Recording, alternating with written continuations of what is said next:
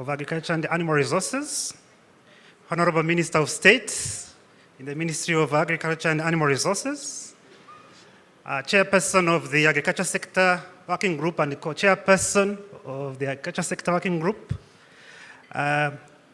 UN Resident Coordinator, representatives of international organizations, heads of public institutions and private institutions,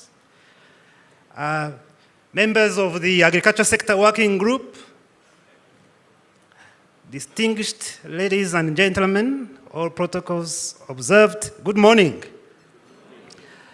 It's a great pleasure to be gathered today here at the high-level Agriculture Sector Working Group, which has on agenda the presentation of the sector priorities versus planning and budget for the fiscal year 2024-2025, discussion and validation of PSTA 5 priorities and sector coordination mechanisms.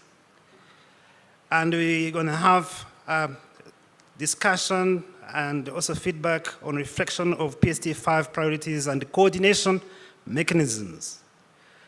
Without too much further ado, I think before I call for the opening remarks, we would like to appreciate so much honorable ministers and various distinguished ladies and gentlemen here for finding time to attend this very important high-level agriculture sector working group. There's a slight change on the program given the other higher commitments for honorable ministers and other high-level guests.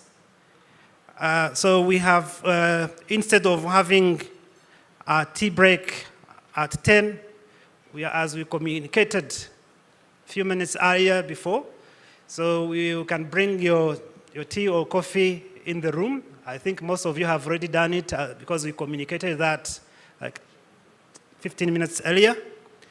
So, and we are going to shortly start with the opening remarks by Honorable Minister of Agriculture and Animal Resources.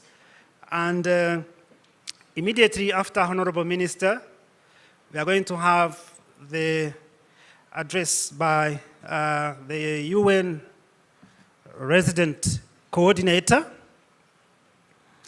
After that, we are going to have the presentation on the sector priorities versus planning and budgeting for fiscal year 2024-2025, which will be presented by Mr. Eric Ruganintwari,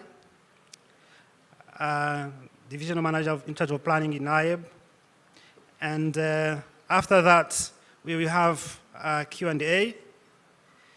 And later after that session, we are going to have a presentation on the PSTA 5 priorities and sector coordination mechanisms by DG Planning, Dr. Shantari Ingabire, following which we are going to have an open discussion.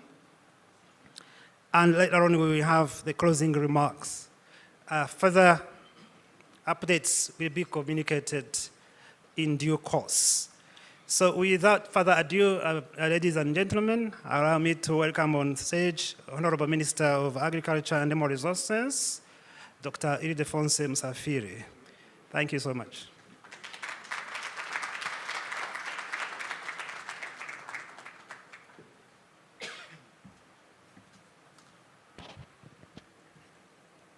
Good morning, everyone. Honorable ministers, UN Resident Coordinator, I was telling that I shouldn't come if I knew that you are here. I should have been doing everything. So I'm very happy this morning because the same time last year, in the same hotel, I moderated a session with you partners to see what can put together to advance the agenda on food system transformation in Rwanda. And today, we are here to validate what we put together, what we want to do as Rwanda in the next 5 years. I cannot do anything more other than thanking everyone here present. Maybe there are other people coming later, but I want to convey my gratitude to all of you partners. In the Ministry of Agriculture and Animal Resources, we really value our partners, and we feel more comfortable when we are sitting together and doing something together with a common goal. At the same time, I'm talking about, thank you. Last year, when in the same room, maybe it was a different room, but no, I think it was the same room. It was this room where but this time we were facing there. That's the only thing I can remember.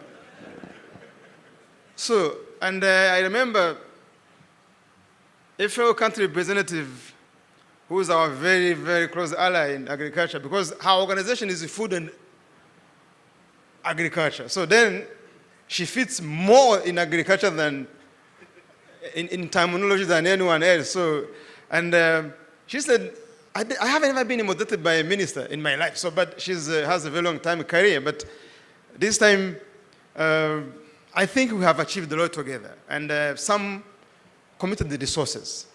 I remember this PSTA 5 was saying was it $1 million?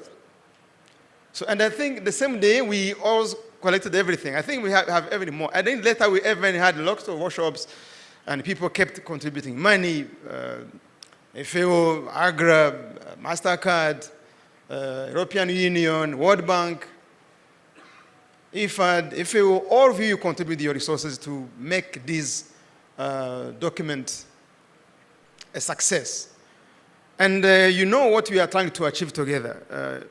We have a challenge in agriculture. We want to transform the food systems. And the challenge, as we all know, is climate change. The climate change is real, and it's affecting all of us. And it requires that we think mostly outside the box. This climate change is also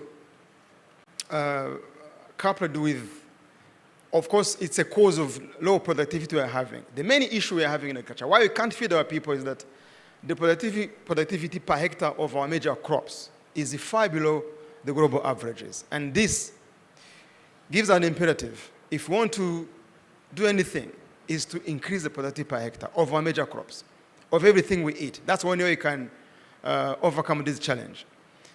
So, and we have put this thing together, and thank you. After that session, we had more. I remember some even came to Rubavu to have another session to add more inputs. And we have come up with some kind of 3 pillars that I think Chantal want to show you soon. We want to modernize this sector. We want to bring this inclusive market and make sure we create the post-harvest management to make sure that we don't lose anything. And then, number 3, we enable this setting by data, by digitalization, to make sure we put everything together in harmony. But today, I want to, though it's a dissemination, we are happy of what we achieved together, I want again to ask another favor. As now we have more audience, we need maybe more inputs. I think we're still working on this document to shape it the way we want it. The challenge I'm putting here are threefold. One is, I think when I was looking through the document we have, there is another thing we need to, again, I want to give more inputs. The issue of nutrition.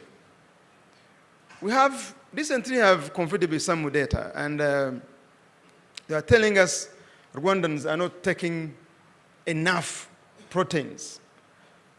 especially animal proteins. Because we have to eat eggs, have to eat chicken, have to eat beef, we have to eat all these meat that give us enough proteins to grow well and to be more healthy. Unfortunately, our intake is very, very, very low. Half of even the African, or maybe 1/3 of the global average. And the reason they gave is these things are not produced enough. Why? Because animal feeds are a problem. Factories, feed factories cannot produce more because the offtake is low. Then they can't increase productivity because the people are not consuming. There's no demand of this thing. I have seen the gentleman here who's growing a fish.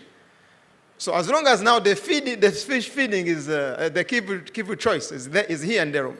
Thank you for coming. So as long as we don't have enough to feed these fish,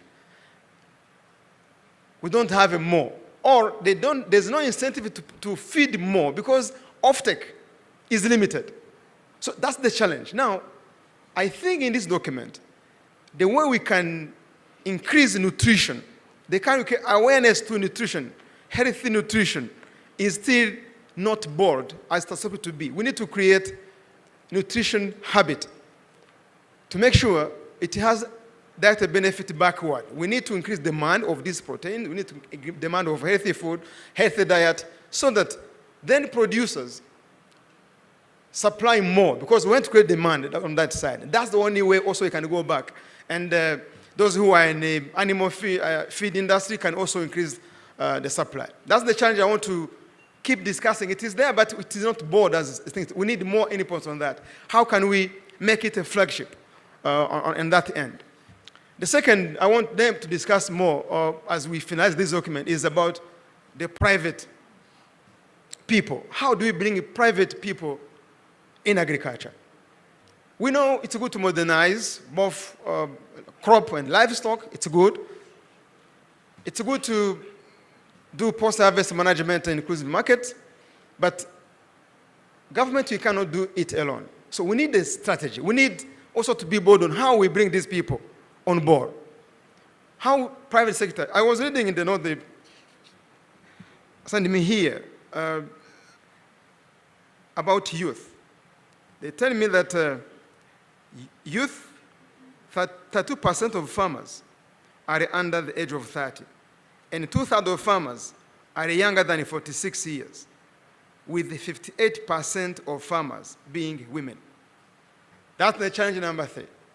Not only private sector, but youth and women. So it seems that if you have these numbers, I don't know why they got them, but I trust them.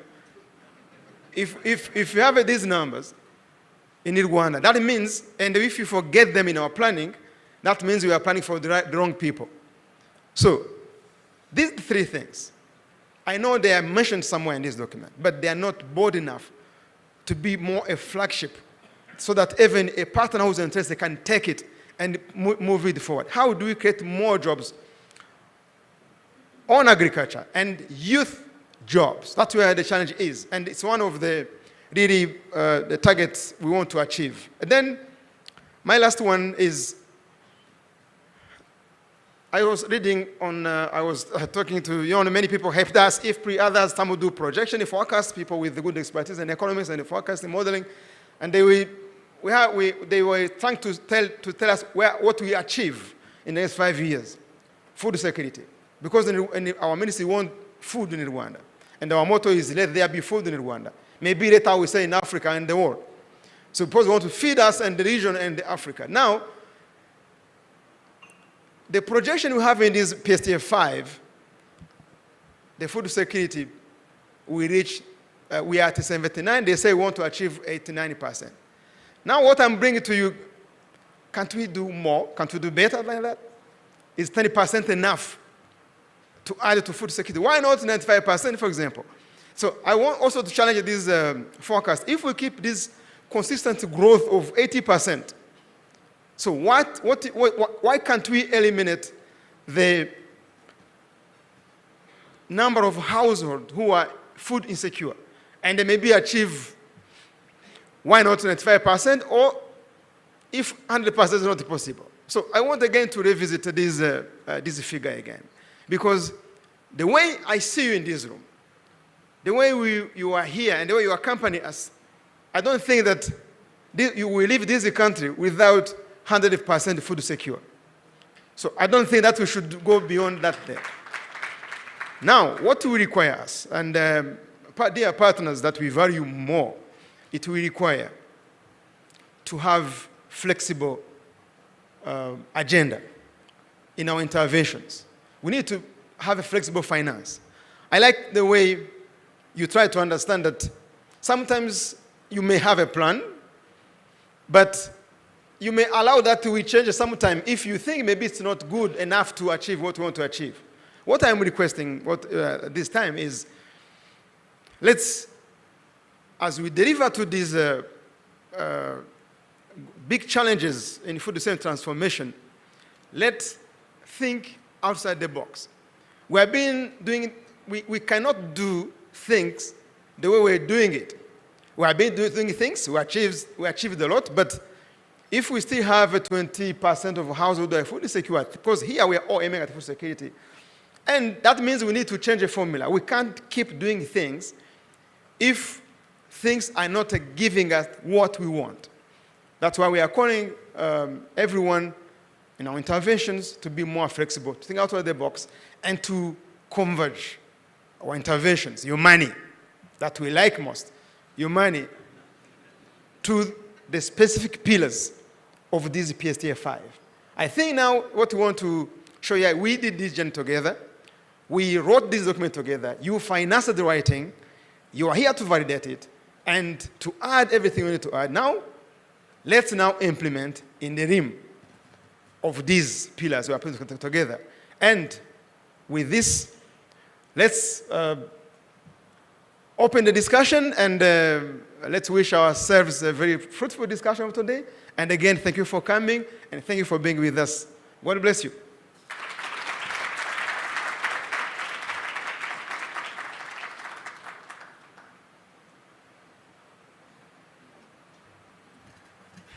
Another round of applause, please, for Honorable Minister Dr. Ildefonso Musafiri. Absolutely, this is what we want now today. At this high-level workshop is provided the key insights to guide our considerations and the discussions. Thank you so much, Honorable Minister. Without further ado, because we know of the other high-level commitment that Honorable Ministers have today, and so I would like to welcome the UN Resident Coordinator, Mr. Ozonia Ojelo. Welcome with a round of applause.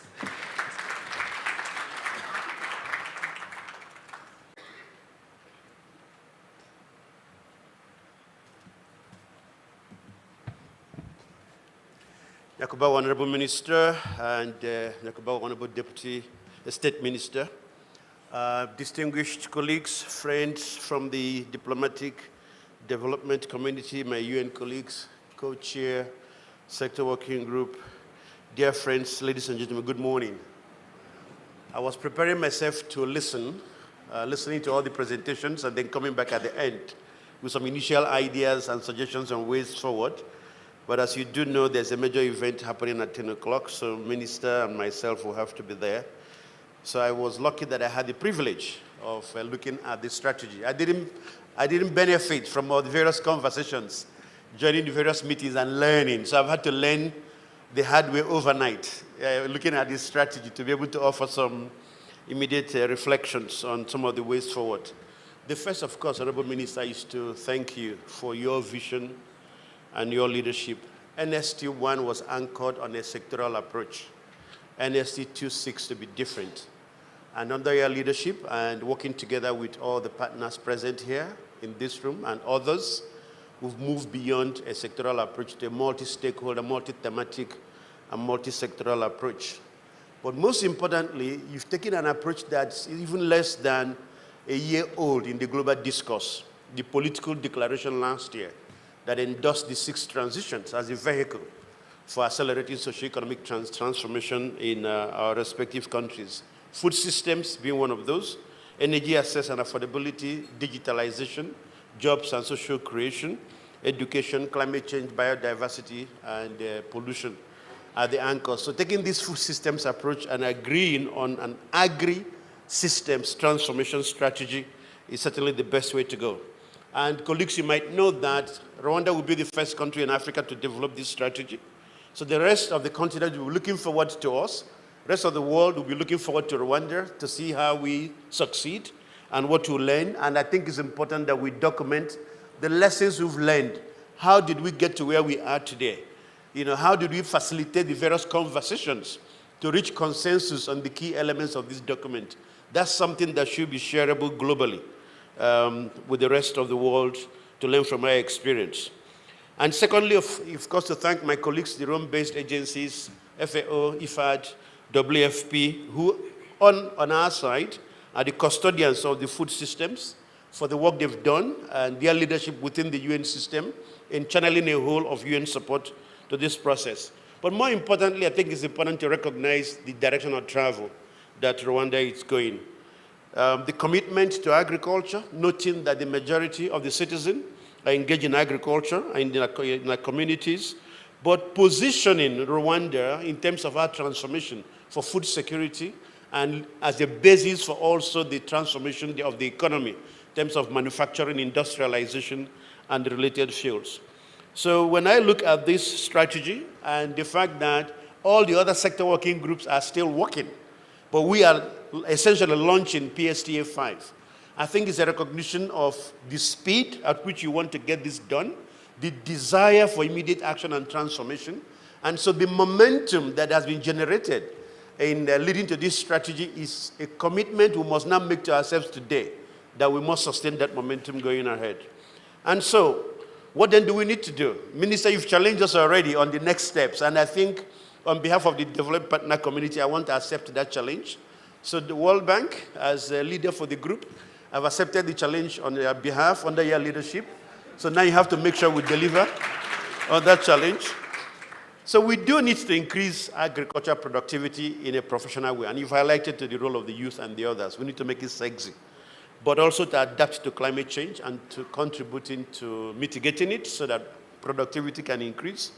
But the participation of others, youth, women, and all farmers as a business, but also leveraging the African Continental Free Trade Area, are entry points we can no longer ignore. I couldn't agree with you more, Minister, on the role of nutrition and reducing stunting. That's important because they speak together as an integrated approach, and the use of new technologies and digitalization. Now, this is multi-sectoral. It covers many areas. So we've developed this strategy. We agree on what needs to be done. Very often, the failures are in the implementation. And the failures in implementation are often a function of coordination. So we have a good strategy, but the vehicle for delivery is very much unclear. And so I want to focus the rest of my remarks on this, because that's what will showcase the difference also with NST1. Content is different, but the ways and means also need to be different. I think the first is that we need to agree by the end of today for a strong agri-systems coordination unit with a convening power that is cross-thematic, cross-ministerial, cross-institutional, because that's where the accountability should rest. We need a higher level accountability where we demonstrate how each of us is feeding into that stronger desire for outcomes, and then it trickles down to our respective sectors and our respective institutions. That's number one. Number two, related to this, is with the approach you have adopted now on an agri-systems approach, you already signposting to myself and the Minister for Finance and Economic Planning, who is also the co-chair for the DP's working group, that we now do need a different mechanism for sector working groups. Our sector working groups have been thematic-based. And so we develop sector strategies that are thematic-focused. We implement them, we can check the box, agenda realized. How they feed into the work of other sector thematic groups, how they feed to higher level results is none of our responsibilities. We leave it to finance and economic planning. But it is our responsibilities. So already I can foresee a new sector working group focused on agri-food systems. And that brings multi-actors together with increased accountability for all of us. So that's a subject I'm going to take forward to our DP's working group, but also to the Minister for Finance and Economic Planning as part of our next DPCG meetings. Once NSC2 is endorsed, we need to rethink the sector coordination architecture for NSC2 in ways that speak to the aspirations of this document, but also where NSC2 is headed. And then, of course, this coordination unit should be providing the technical support for efforts, but the accountability cannot be with finance. Accountability must be with us, the operators. How we are bringing together the implementation of this work. And from the United Nations system, I'm challenging my colleagues, of course, FAO, WFP, IFAD, for their leadership, a whole of UN system approach in supporting the drive for this new architecture for taking this forward. We need to change mindsets, we need to change business models. And so talking about business models, we also need to rethink how we are financing our projects in agri-food systems, but broadly for NSC2. Rwanda has 980 projects, total of about $6.2 billion. And you look at that and you ask yourself, why do we need 980 projects? It is because for each of us, the source of financing has become the determinant for creating projects. And that's wrong. Because source of financing is a means of delivery. Projects should be financed based on the outcomes and the results you want to realize. And based on those outcomes, whatever the source of finance is immaterial, because what is helpful, you're seeing the complementarities in the financing. You're seeing how each of the financing arrangements help lead to the results you want to see. So the accountability should also not rest at the financing level. It should be resting at the broader project level. So that's something that we will take forward at DP's meeting, but also with Minister of Finance. We need to rethink the donor contribution to financing NSC2. And financing should be based on outcomes and therefore on the results you want to achieve, not on source of funds. And so the third point linking to the financing then is it's time, given how we've become so strategic in thinking about the PSTA 5 and focusing on only 3 outcomes. It's time to think of pool funding in financing PSTA 5. Pool funding is not the same as basket fund. So people shouldn't be scared. But pool funding means that we know what each one is bringing to the table ahead of time. And we agree on the most important priorities and the sequencing for what that financing should cater for. The money can still rest in your respective account, but when we say we need it, you bring it forward. And we increase the collective accounting on what we do and how we do it and the kinds of results we want to see. That's the only way there can be predictability for the ministers and the institutions involved and the timelines for the kinds of results that Rwanda wants to achieve. So we cannot stop with our ambition that we developed PSTA 5. That's an input. Input is not a result. This is the beginning. We now need to go to the financing. That's another input. It's when we come to the results, what we've achieved, what we've done together, that's where we begin to measure ourselves. And the results cannot be guaranteed at the space, the speed, the scale we want, unless we're also talking about how the financing is organized. So my third proposal that I will share with my DP colleagues, but also with Minister of Finance, is on pool funding for all the based at the outcome level for PSTA 5, but cutting across that for the rest of NSC2. And the outcomes are very clear. Now, in terms of ways forward, it's clear that transforming our agri-systems is an opportunity for large-scale results. And what we want to see, this multi-sectoral approach, the financing is becoming important that I've mentioned. I like the idea of the last part about in terms of the outcomes, in terms of the strengthening the system enablers, because that's where the R&D, the planning, the coordination becomes central. The use of science and innovation and digitalization. Because the issues are complex, the issues are persistent, and they are interlinked. That's why if we don't think differently, and Minister, let me just improve your suggestion about thinking outside the box. Let me say to us, what we need is to think without the box. Because the box has become constraining, So lastly, Nyakubawa Minister, is to thank everyone. It's unbelievable, the quality of the partnership, but we start by acknowledging the leadership on your side and your team in the ministry, the outstanding work that's been done. but also the leadership in other institutions of government that stepped up. So the various institutions of government here, I want to acknowledge and celebrate your role. This is the new frontier. This is the Rwanda we want, and this is the Rwanda the citizens deserve. A different way of working in government, and with partners for collective results, because at the end of the day, as I said at the strategy meeting by IFAD, we are all Rwandan. Thank you very much.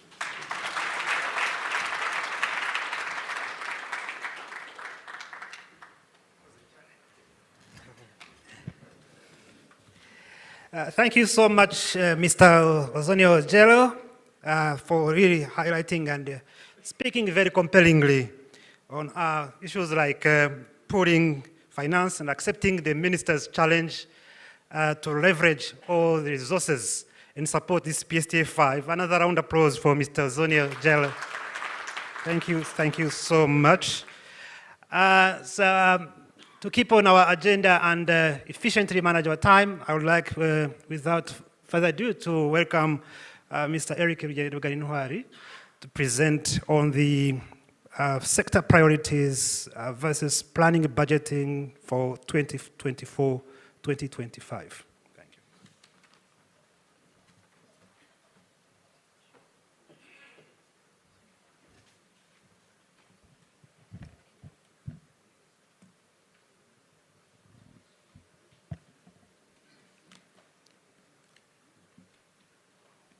Honourable Minister,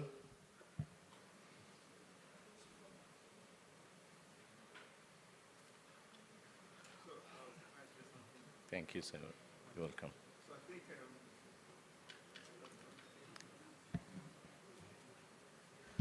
Yes, you can. So, colleagues, we have to leave for another meeting, and I think OSA and PS will take over.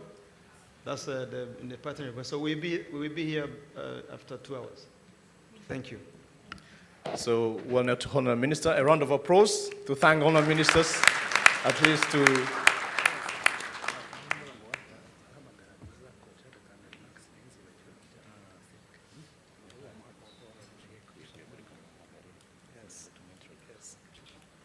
So now the leadership has been passed over flag to the chair. So allow me then to invite the chair for this session to just give another warm welcome to the audience before we proceed to the real meet of today. Thank you. Welcome, Osa.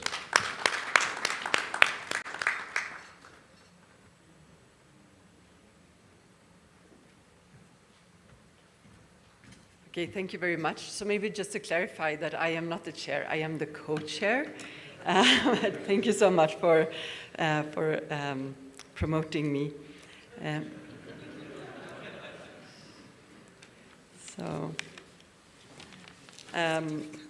No, thank you so much. And we have no more ministers here, but PS, DGs, and agriculture sector colleagues, Marmutse, and welcome. I want to say that there was a bit of a change in the agenda, and it feels like these are a bit challenging speeches to follow. They're very good speeches, so it's like. But we're very happy to be here today and to see that so many of you have joined for the validation of the ministry's new strategy that will guide the work for many of us in the sector over the coming years. So with the new opportunities and challenges facing the agri-food sector, both here in Rwanda and globally, the PSTA 5 has been developed at a perfect time, I think, to revisit some of the old truths and explore new and innovative approaches. And we heard a lot about this just now in the two previous speeches. However, no strategy will be successful without ownership, partnership, and collaboration between everyone working in the agri-food sector, and ultimately, it's all of us. It's government agencies, it's private sector actors, farmers, civil society researchers, donor partners, retailers, and the list goes on and on. But it's us that will determine ultimately the results of the PSTA 5. Of course, it was for this purpose that the Agriculture Sector Working Group was established. It was to provide a forum for dialogue, ownership and accountability of the development agenda by all the stakeholders at the sector level. And this was also talked about a lot in the previous two speeches. So we, the World Bank, has had the honor of co-chairing this group over the past 4 years. And our experience has been that it's meeting like this that really brings important information to us in the public sector who finance, who invest, and who work on policy, but also that the discussions that we have in these forums really bring a lot of energy to us in our day-to-day work. I think we all can agree on that. However, we also see that there are things that we can improve, that can be improved going forward. And one of the things that we have identified is to perhaps have a better dialogue with stakeholders throughout the preparation and implementation of these strategies and policies and programs that we have been mandated to validate in this forum. It's also just in general to have a dialogue on the performance in the sector, which we also, the previous speakers talked about. And it's nice to see that we were all aligned in their thoughts. But we are therefore together with the Ministry of Agriculture under the leadership of the Department of Policy and Planning, Lady Chantal, looking at how to strengthen the structure of the agriculture sector working group under the PSTA 5. So I think we can go to the, I have like a very quick, a few slides here. We can go to the next slide, please. Thank you. So just to say that the overall objective of the sector working groups in general that are set by the Ministry of Finance are to provide a forum for dialogue and ownership and accountability of the development agenda by all stakeholders at sector level. It's also to build synergies on policy formulation, implementation, and enhanced regular reviews. So some of the specific tasks include really to review and validate the NST2 indicator matrix at the sector and sector-specific indicators, targets, and measurable actions to be implemented. It's also to ensure mainstreaming and cross-cutting issues at sector level, including the capacity building, gender and climate change, among other that are identified by the NST2. So it's not just for our agriculture-specific strategy, but also on the development strategy level. It's also to conduct the joint sector reviews under the planning. Sorry, this is too fast. Please stay at the previous slide. But it's to conduct the joint sector review and as per the planning and calendar issues around the that is issued by the MinEcofin. And then also to discuss just sector-related issues related to budget and including working with MinEcofin. And then to establish where relevant subsector working groups that we are referring to here at this moment, clusters or the technical working group. So based on this, we've been thinking about the main tasks of the agriculture sector working group and the clusters, and we have kind of come up with this, that really for the agriculture sector working group, the role is to announce upcoming work and to validate when the kind of the final outputs. So I will explain. So it's about announcing the upcoming policies and strategies and analytical reports ahead of the start of preparation, so that we not only donors and government agencies, but like really everyone involved in the sector has a chance to participate in the process. It's also to validate these strategies and analytical work, etc., once they have been consulted in the cluster throughout the process. It's also to announce the start of the JSR process, to discuss the role and the inputs of the clusters during the process, and then to present and validate the final, both forward-looking and backward-looking JSR. With regards to the clusters, these are more intended for the technical discussions to provide inputs and knowledge sharing. And so thoughts around this that we have had are to provide really inputs and feedback on planned and ongoing policies and strategies and the analytical reports, and play a role of a working group throughout this process. It's also to provide the inputs of the JSR process, including in the planning and the budget cycle process.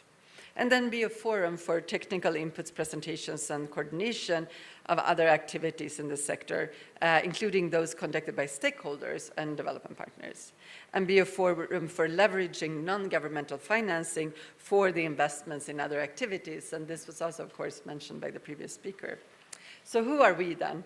I mean, we are the people I just talked about, the ministries, the government agencies, local government, representatives of the agriculture value chain platforms, trade representatives, farmers, of course, civil societies, and donor partners.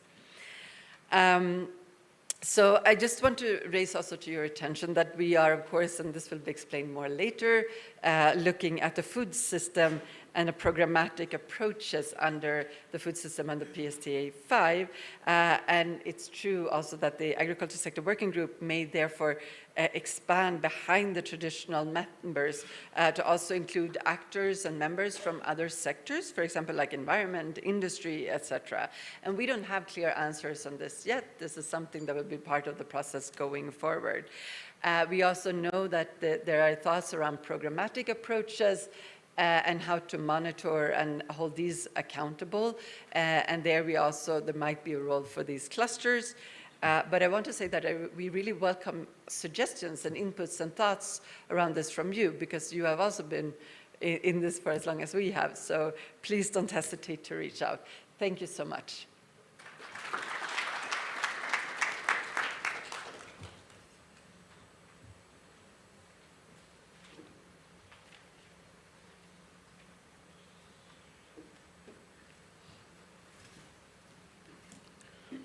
Thank you very much, Co-Chair. So thank you very much for clarification. Indeed, this is a high-level meeting, and we're blessed to have two ministers in the room, but in the real sense, I'm also allowed to acknowledge the chair, the permanent secretary here present. So a very good warm welcome and a round of applause. So welcome, Chair. I wish, just as we wait for the presentation, the permanent secretary, chair, co-chair, heads of the institution here present, distinguished partners, all protocol observed, ladies and gentlemen. So I'm very pleased to take you through the first part for this discussion today, just to give a bit of insight where we're coming from and where we're heading. So, technical team, could we have the presentation, please? Oh, here we are.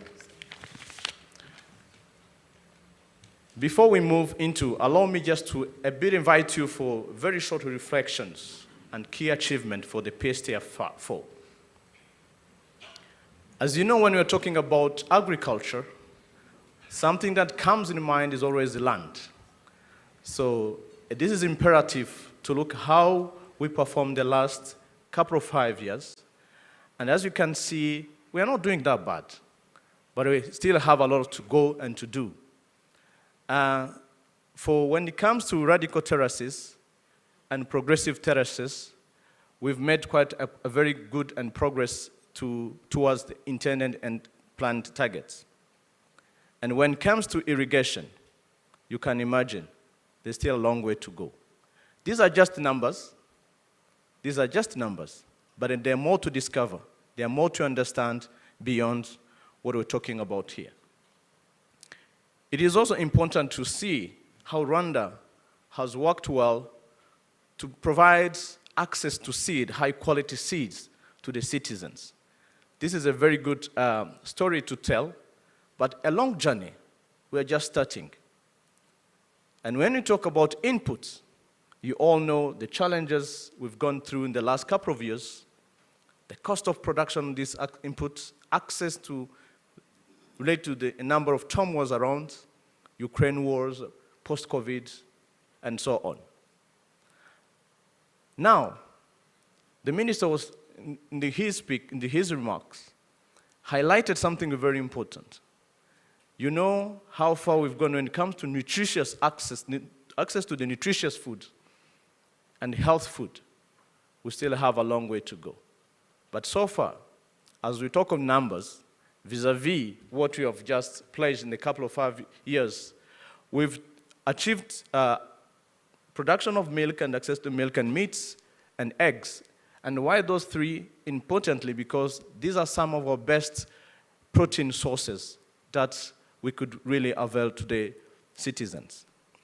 This was just a bit of a test to understand where we're coming from and where we're heading. My job here is very simple. I will only talk about the key priorities for 24-25. Allow me to call the 24-25 as a transitional year as we'll be landing and ending the PSTA 4, but getting ready to take off for the PSTA 5 in the next coming year. So the key priorities that I will be mostly talking about would include improve agriculture input and extension.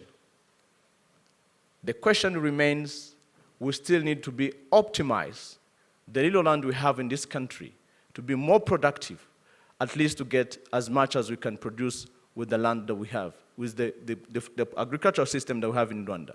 We need to improve on extension services that are backed by research. Number two, we need to continue to build the resilience, bearing in mind, cautious about the climate changes. And how can we really, I like in the remark of the UN representative, the collaborative efforts, the agri-food system integration for collaborative and collective results. How can we work together to be resilient about the climate change? The third point is about having and avail to Rwandans safe and nutritious food. We no longer talk just access to food. We wish to make the food more nutritious and safe. And this won't be possible while we still have a huge number of the product losses.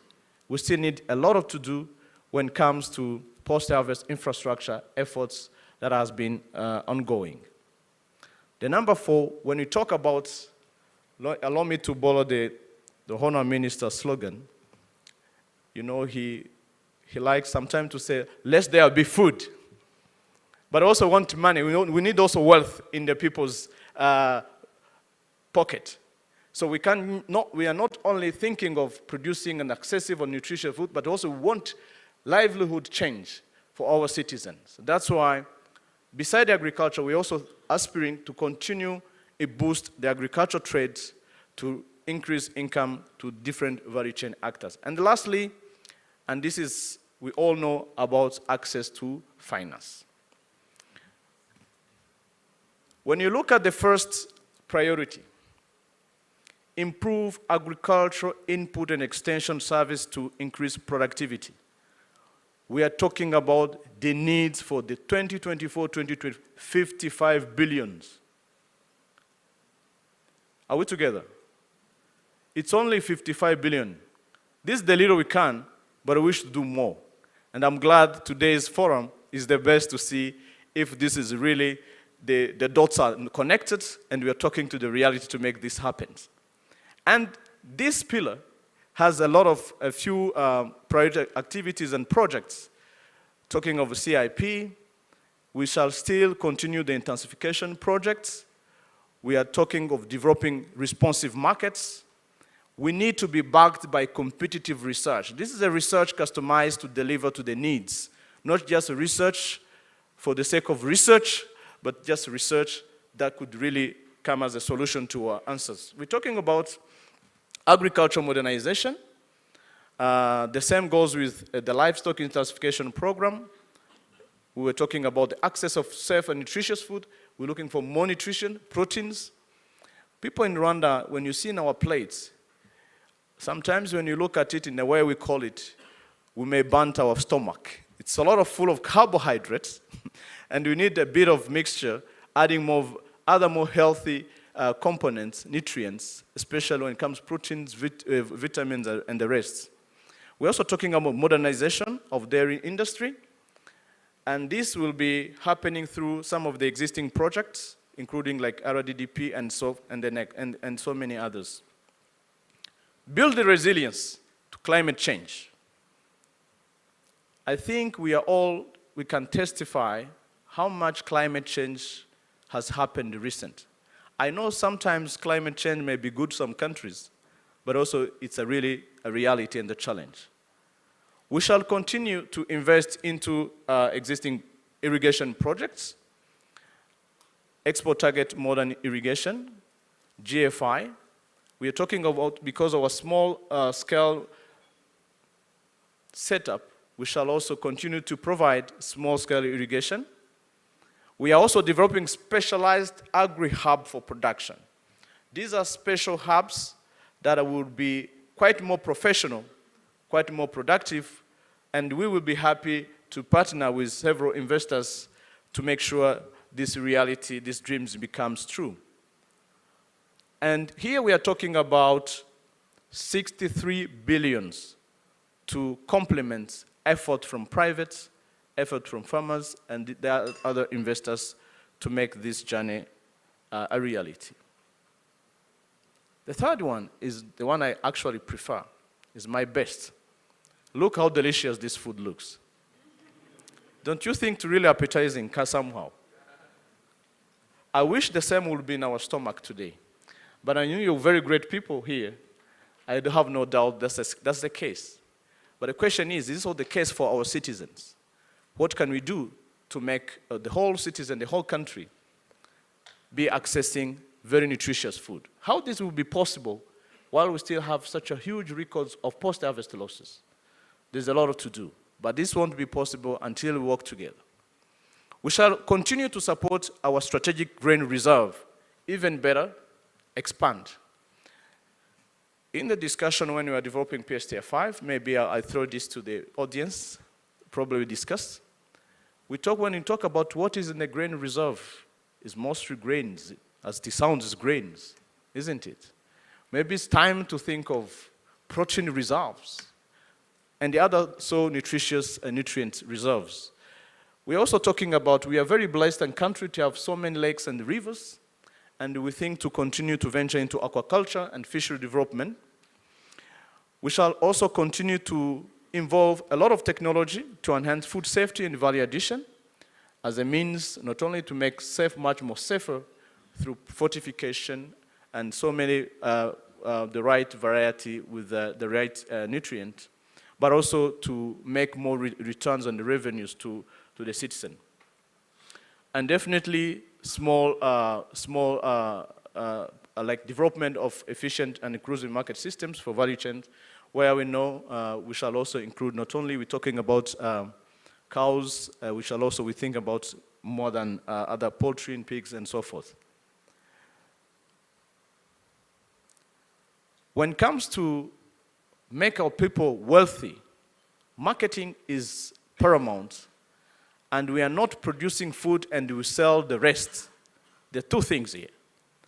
We're producing food to be resilient, to be self-reliant, but also we are more oriented to produce professionally food that are tailored for export market, regional market, but also in local markets.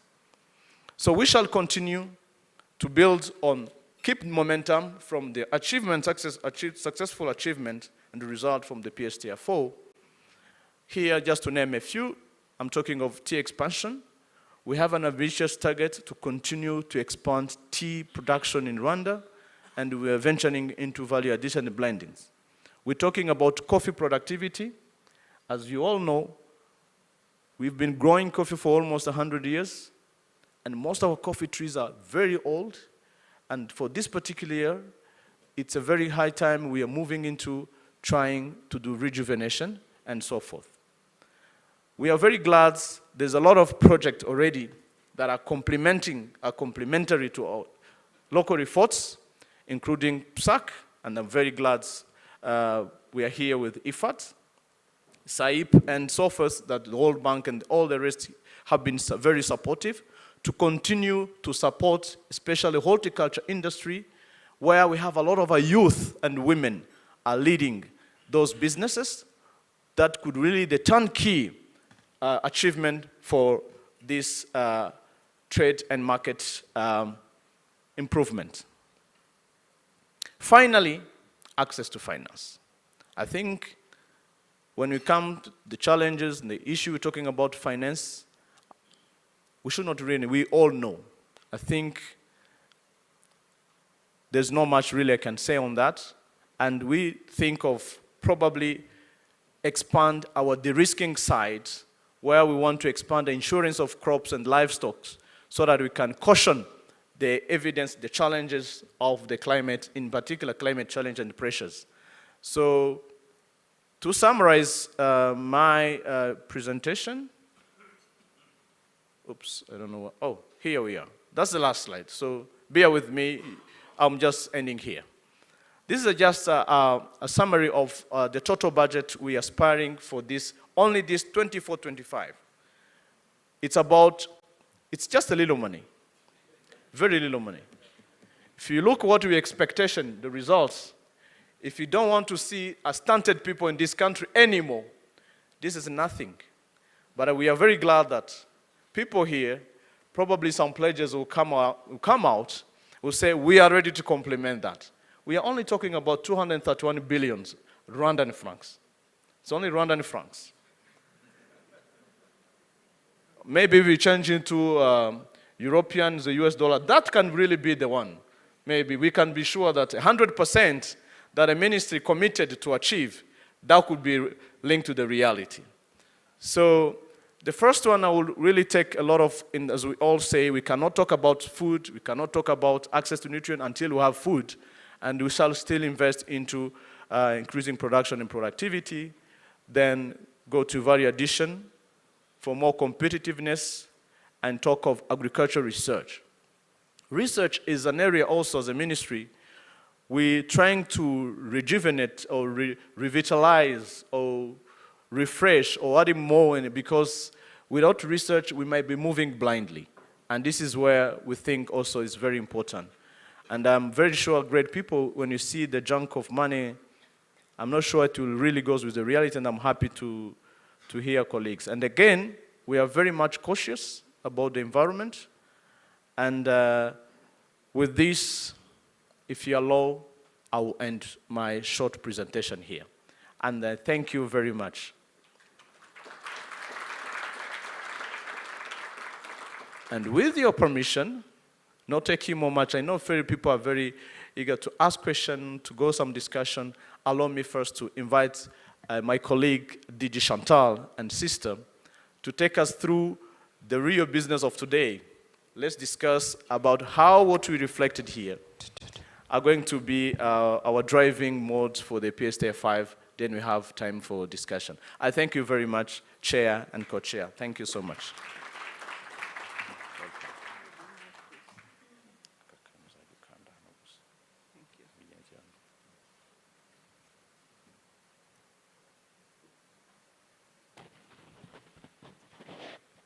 Thank you very much, Eric.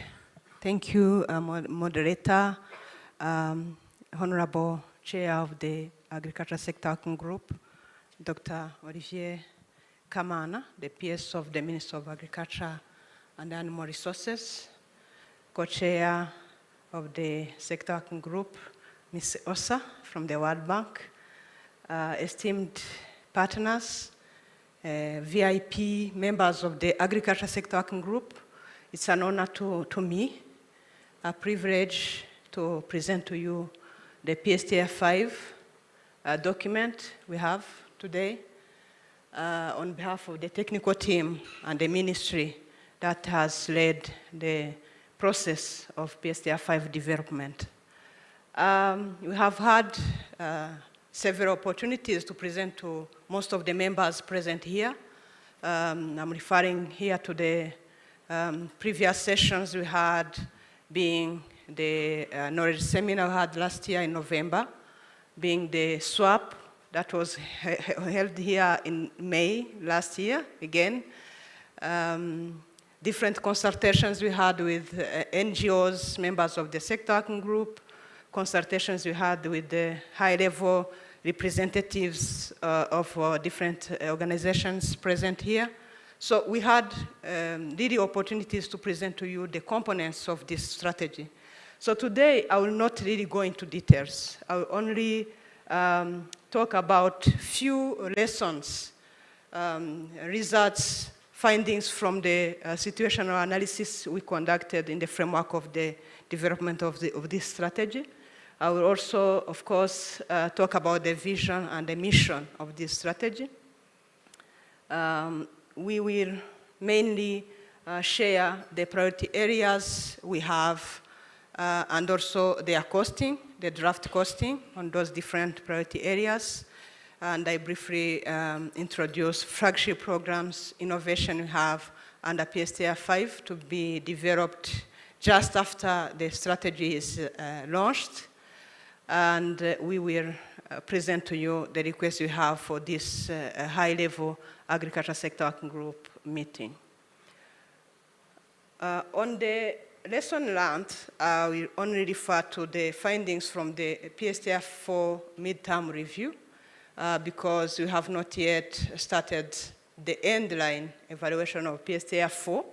So the PSTA 4 midterm review report helped us inform the formulation of the different interventions we have under PSTA 5. So I will only mention few lessons learned from the midterm review of the ongoing PSTA. One was the challenge of climate change. We have noted significant investment from the side of the government in climate resilient programs, but we are still really vulnerable to climate shocks, and this is affecting agriculture production and productivity. That has been emphasized by the previous speakers. We noted that agriculture infrastructure is still a very key area for focus for investment, not only for production and post-harvest that received sustained focus from the previous investments, but also we have to think now about research infrastructure, but also market infrastructure, because now we are moving to market-oriented agri-food systems.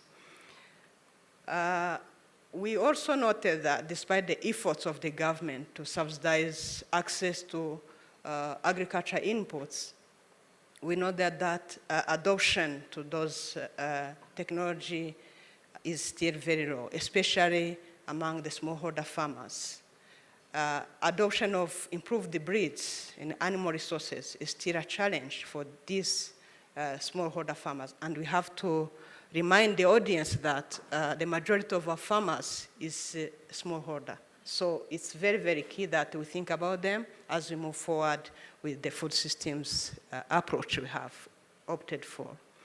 So we need investment to production of improved technologies. We need investment to technology transfer to make sure everyone is really accessing to it.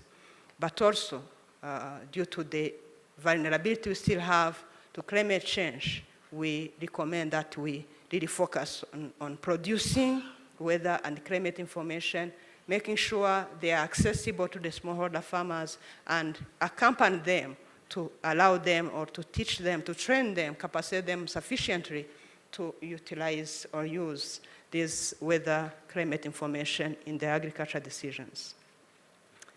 PSTA 4 has been relatively well financed, we can say, but we noted a deficit. By the time we did this MTR, midterm review of the PSTA 4, we noted a deficit of 18.5%. We need to increase funding with a special consideration to the current reality, namely the challenges with climate change we have noted, but also the new approach we have adopted the food systems. So we will require more funds, and we have to really consider that. We have to also note that there have been some global changes, including the inflation that has been recently noted.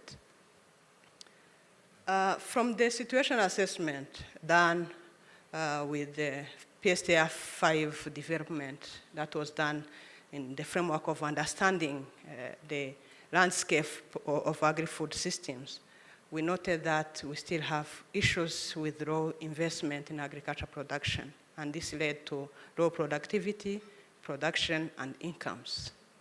We noted that affordability, awareness of nutritious diet is still a problem.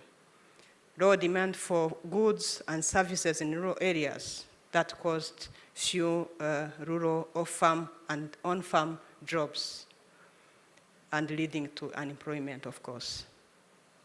Climate change and limited access to markets for both input and output. But also, with now the new strategy, we expect that we need an institutional capacity for agri-food systems coordination. Without this, we really don't think we really achieve what we are planning to achieve with the new strategy. And at the production level, we noted that the root cause of these problems we are having in terms of vulnerability to climate change, in terms of raw adoption of different inputs, we noted that the root cause is the low level of commercialization, which leads to suboptimal production systems, and consequently, agriculture incomes is becoming low and resulting to low farm investment in technologies, in poor diet, and of course, leading to few new jobs in rural area. So when we drafted the vision, when we proposed the different interventions, we were keeping in mind this complexity of the situation. We have a vision of having a food secure nation where people have a nutritional health and sustainable agriculture growth that is to be driven by a productive, resilient, and market-led agriculture sector. Our mission is to ensure food and nutrition security of Rwandans by leveraging modern production and agribusiness technologies, professionalization of farmers in terms of production, commercialization, and competitiveness. And I want to highlight here that the formulation of this vision for PSTA 5 and the mission was guided by the Vision 2050 of this country. The Vision 2050 consider agriculture to be a source of inclusive wealth creation. So it guided the formulation of the vision and the mission of PSTA 5, but also the national strategy for transformation that is under development now. We are doing it in parallel with the PSTA 5. And of course, we had to consider the national agriculture policy.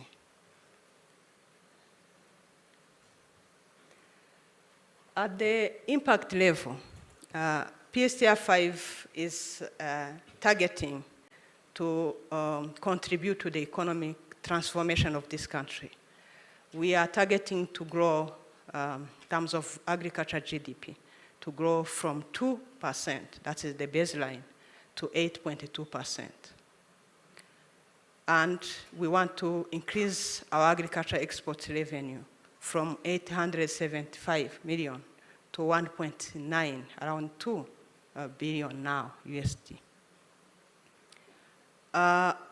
And we are targeting to create employment. We talked about the issue of unemployment, especially in the rural area and among young people. We are targeting to create employment in agri-food systems from 400,000 to around 344,000. And again, on vulnerability, one of the impact indicator we formulated is around resilience. We propose, actually we are going to contribute in a way that we shift our household vulnerability index from 0.49 to 0.7. I want to remind the audience here that this vulnerability index range from 0 to 1. And 0 is the highest vulnerability. Then 1 is the lowest vulnerability. So we want to shift our household to the highest level of resilience now. Yeah. So we moved from 0.49 to 0.7. And on women empowerment, we are at 72% currently in terms of women in agriculture with adequate empowerment. Here we use what we call WEAI, Women Empowerment in Agriculture Index. So we are planning to achieve 100%. Already with 72%, we are fine, especially when we compare ourselves with the region, but we want to achieve 100%. Then on the food and nutrition security, that's another impact area we are targeting with PSTA 5. We want to increase the proportion of households that are food secure and make sure we shift from 20.4% of the households that are food insecure to 10%. That means by 2029, that will be the last fiscal year of PSTA 5 implementation, we are targeting to be having around 90% of our households being food secure. Then on malnutrition again, we are planning to contribute to the reduction of stunting rate from 32.4% to 22%. Dietary diversity score, we will shift from 5.5 to 8. This is a score, 5.5 to 8. And food self-sufficiency ratio, we are planning to contribute and make sure we shift from 79.6 to 89%. These are the key impact indicators we have with PSTA 5, and all the interventions formulated in the document, the different priority areas we are going to talk about are all designed, formulated in a way that they contribute to the achievement of these impacts. We have 3 priority areas. Priority area 1 is on supply side, about supply side. We are targeting to modernize agriculture and animal resources production for climate resilient food systems. This priority area has 2 components, major components. A component on crop production and productivity, and a component on animal resource production and productivity. I really don't want to go into details because I know you have managed to go through the document, the full report, full document, and we really appreciate the comments you sent to us. They have been incorporated and we are going to share the final version with you. But under the component on crop production and productivity, we have some key outputs here presented. We have a new agricultural land management and production models. We are shifting, we are moving to an upgraded model of what we used to call land consolidation model. We are going to promote urban farming. We will enhance our practices to sustainable land and water management. We will focus on plant health management. We will also increase the access and utilization of mechanization, but also access and utilization of modern inputs and labor-saving technologies. Under animal resource production and productivity component, we'll focus on improving animal husbandry and infrastructure for animal resources, hubs especially. And we are going to invest in sustainable animal breeding and make sure we increase the access to animal feeds. We'll focus on animal health systems, and we'll develop our fisheries and aquaculture. And in addition to this, we'll focus on beekeeping. In total, for this particular priority area, I try to summarize because we have a very long list of interventions proposed under each of these components. But in total, the estimated budget for this priority area is, for the 5 years, we estimated $2.75 billion US to be used, allocated for this particular priority area. In Rwandan francs, it's around 3.56 trillion. It's even difficult to read this number. Yes, that's it. So USD 2.75 billion. Then Rwandan francs 3.56 trillion for 5 years on this priority area 1. Priority area 2, we have inclusive markets. We want to increase access to markets, and we are also going to focus on post-harvest management for sustainable agri-food systems. This priority area has 3 components. A component on agriculture export promotion, a component on market linkages and post-harvest infrastructure, and a component on food and nutrition access and stability.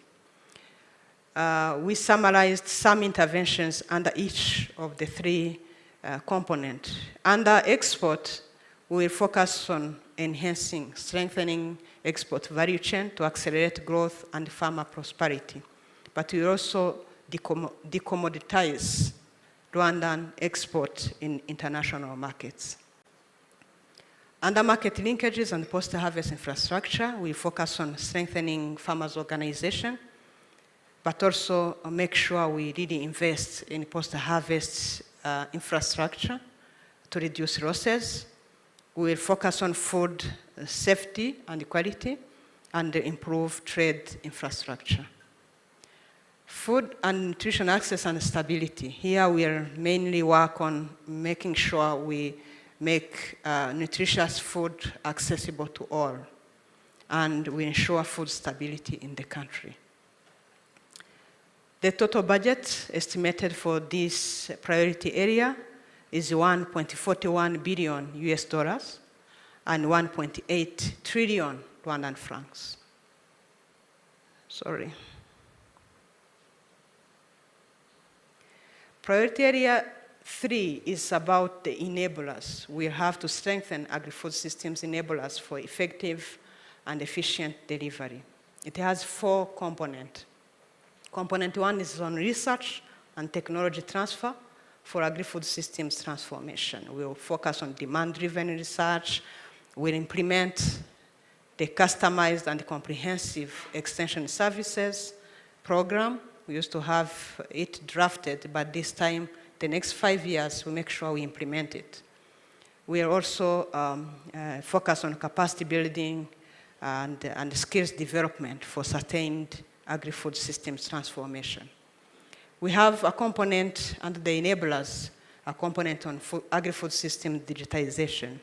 We invest in affordable digital technologies for agriculture, digital innovation in agriculture value chains, making sure we develop digital competencies among different actors in the agri-food systems, and also support in developing sustainable business models for digital systems and platforms. Component 3 under this priority area is the risking agriculture for increased resilience. Some of the interventions, major interventions actually, will be increasing access to formal agriculture finance, and also scaling up the national agriculture insurance to make sure our actors in the agri-food systems are de-risked. Then the last component is coordination, planning and coordination to drive the transformation we want. We'll capacitate our people in planning and knowledge management. We will strengthen coordination systems and also strengthen our value chain platforms. And we proposed in the document some institutional reforms for effective implementation.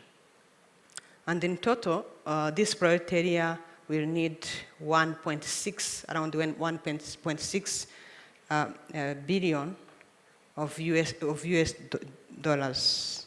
1.4 billion of US dollars and 1.6 trillion of Rwandan francs. So in total, the strategy in total is planned to have around 5.4 billion of USD and around 6.9 something trillion of Rwandan francs for the next 5 years. And we have thoughts about the source of this funding. And you will see on these graphs that the government is expected to contribute up to 47% of this total amount for the implementation of the PSTA 5. And the private sector will contribute 53%. And this is really something we should appreciate, because we want the private sector to lead the implementation of this strategy. The government will stay here as a facilitator, but we want this to be private sector led. So we are expecting that we get this money, especially with your support, and also considering the positive experience you had about our partnership, and also as the commitment was expressed here by our top leaders. So this is the total. Then some of the key innovations and flagship programs, I will not really talk much about them, because most of them will be developed just after the strategy is launched. We propose to have what we call agri-production hubs for agricultural transformation to increase production and also make sure we have strong organization there around those hubs and link them to more remunerative, profitable markets. We propose to involve the private sector. I don't want to repeat this again, but they should be incentivized, and make sure we strengthen our partnership with them to make sure they lead the transformation. Youth employment is one of the flagship programs we are going to develop after this strategy. A national agri-food system coordination, climate-smart agriculture, research, and capacity building. Among the flagship programs we have started developing, designing some programs. Among others, we have this program to focus on improving nutrition. It's called now 5 fruit trees per household, and it's a joint initiative with a local NGO to fight malnutrition, ensure environment sustainability, and boost income among smallholder farmers. We are now still at the level of finalizing the proposal itself, but the estimated budget required for this program is around 33 billion Rwandan francs. And we are at fund mobilization level, and we welcome any partnership from the room. We also have another flagship program. It's called PSTA 5 Legacy Program. This is a program under design again, and it is being done in collaboration with the Food Action Alliance and AGRA. It will be presented in the upcoming Africa Food Systems Forum in September here in Kigali, with the purpose of mobilizing funds again. So we are still designing this one, and input contribution from the members of the sector working group is welcome. So our request to this audience, to this high-level sector working group, having trouble to move my slides. Thank you. So our request to the member of the sector working group who are present here are only 3. One is to approve with input, any final contribution from your side, approve the priorities and the program we proposed in the PSTA 5.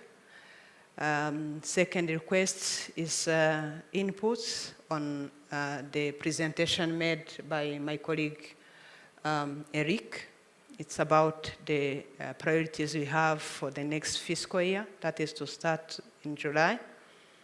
We will share a full report about the priorities and the plan for the next fiscal year for your input, contribution, and validation.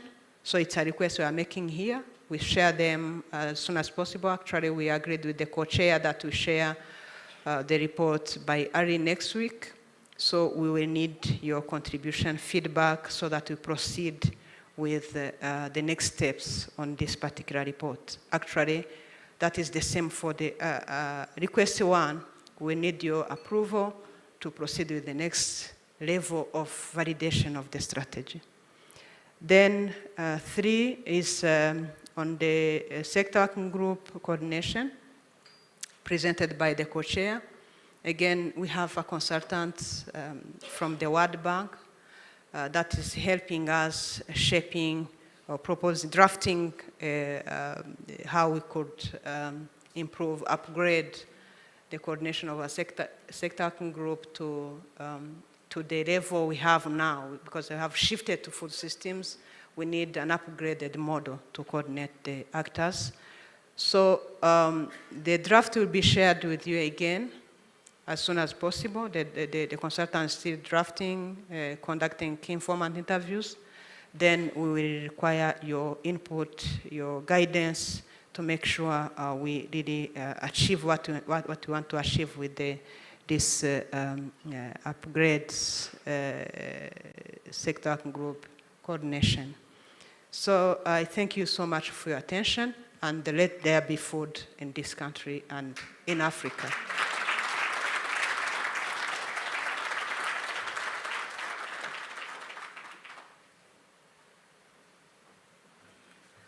Yeah, another round of applause for both colleagues, Dr. Chantal and Eric Bugainuari, for these very insightful and comprehensive presentations.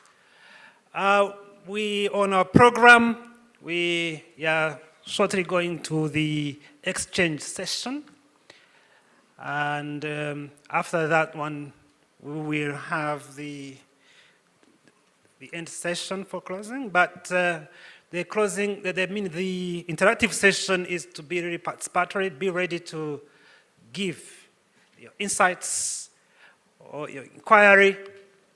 So we have tried to have enough time for this session of interaction, of exchange. So let everyone be ready with an insight or an inquiry or a suggestion or a recommendation.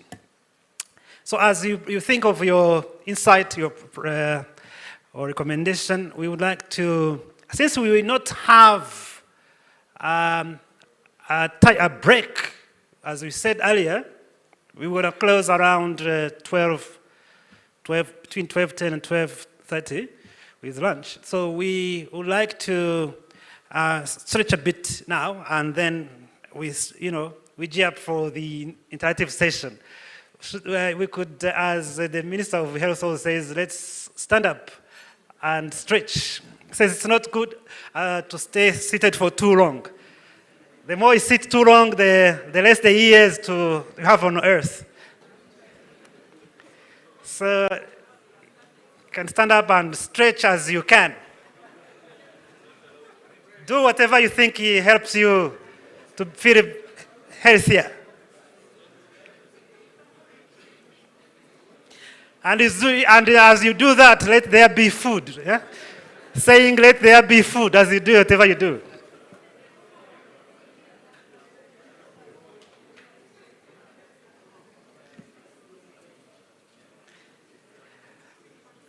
As you do that, as you enjoy that stretching, when you say, let there be food, we mean, let there be food enough.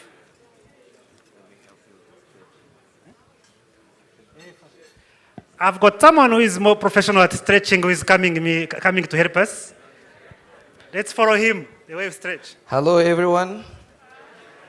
DG Agrimo wanted us to stretch a little bit so that we don't get tired. We are going to do a very simple stretching. You will follow me. We will do 1, 2, 3, 4. 1, 2, 3, 4. 1, 2, 3, 4. 1, 2, 3, 4. Then we will repeat that same action, and on the second round we'll do 3. 1, 2, 3. 1, 2, 3 until we get to 1. Are we ready? So we start with 1, 2, 3, 4. 1, 2, 3, 4. 1, 2, 3, 4. 1, 2, 3, 4. 1, 2, 3. 1, 2, 3. 1, 2, 3. 1, 2, 3. 1, 2. 1, 2. 1, 2. 1, 2. 1. 1. 1. 1. Thank you. Let there be food.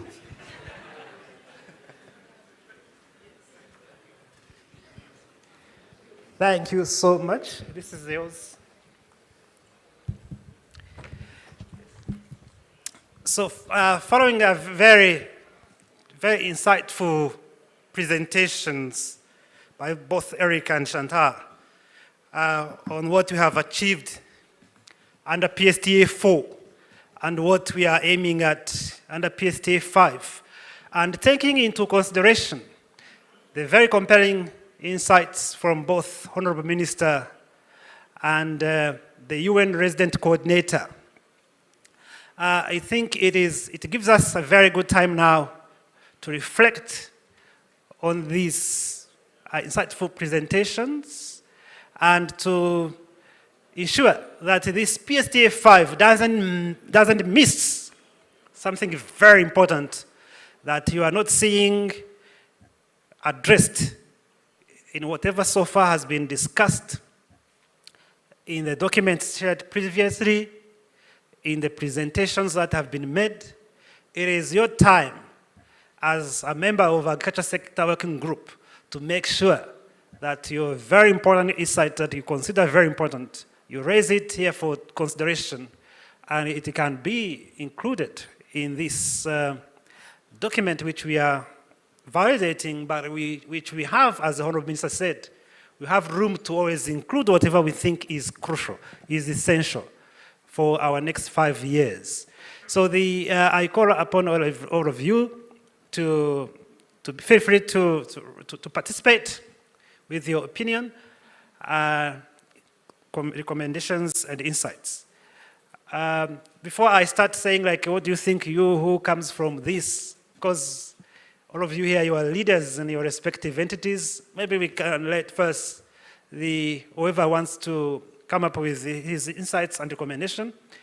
But you can be on standby that any time we may call upon you, we may call you to say something. So I will be looking, and colleagues who are assisting with the microphone, if you don't have a mic in front of your desk, they can pass on the mic. Those who are in these front seats, they have microphones on their seats, but those maybe at the back, we need to be assisted with microphones, with the colleagues who are assisting accordingly. So is there someone who wants to break it and start? Feel free. Yes, Mr. JP from Agra, Rwanda representative. Thank you, DG. My name is Jean-Paul. I'm with Agra, and I really want to commend what was presented to us. It's a good piece of work. Targets are ambitious enough, and the priority area, I believe they are appropriate. Of particular interest to Agra, and I believe to many other people here, is the intentionality to move production and services at the periphery. I'm imagining at the end of PSTA 5 having some mini processing and shops and egg kiosks around Rwanda, forcing or helping our youth to remain there, not really to struggle to come to Kigali. Also, I'm very pleased by the intentionality of gender, making sure we watch the gender kind of indicators to make sure that we kind of get women to their place where they need to be. One area that didn't come out strongly that I would recommend, it's on the priorities on the enabling environment. There is an aspect of strengthening the regulatory framework in terms of ensuring what we produce meets standards, are acceptable to market. It's implied, but I would want it strengthened, because as we increase production for both agriculture and animal resources, we need to intentionally make sure there are inspectors, standards are there, and quality control is involved across. But other than that, it's a great, great piece of work. Thank you. All right. Thank you so much. I think the colleagues are taking notes. I think it needs to be robustly more, strengthened, given the importance of quality and standards and regulatory. They are taking notes. Yes, I see a hand there.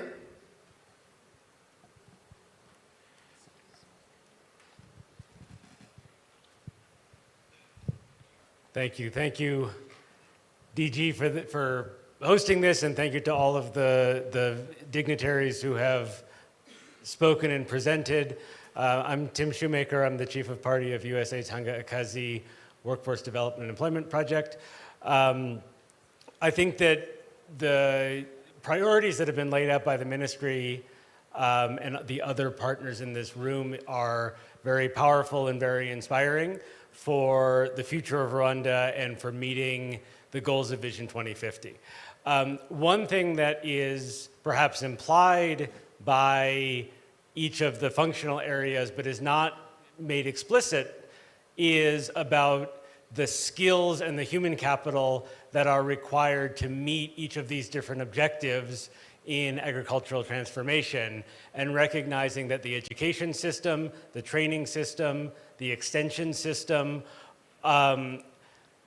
focus primarily on older or less sophisticated agricultural systems, and there really needs to be a robust engagement with the skills development and education infrastructure to make sure that all of these very good objectives have the human resources built into them in order to be successful. And I would hope that we can engage constructively to make sure that schools, TVET institutions, universities, but also training and extension services are built out to make sure that people have the necessary skills to meet all of these excellent objectives.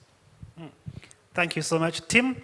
The skills education system, aligning education to our ambitions, PSTA 4, to build a critical mass of resources, human resources that are skilled, tooled. I think it is critical, and I think it is already in, and it just needs to make sure that it is strongly addressed as wished by the sector working group members' suggestions. Any other? I should look here as well. Here's another hand.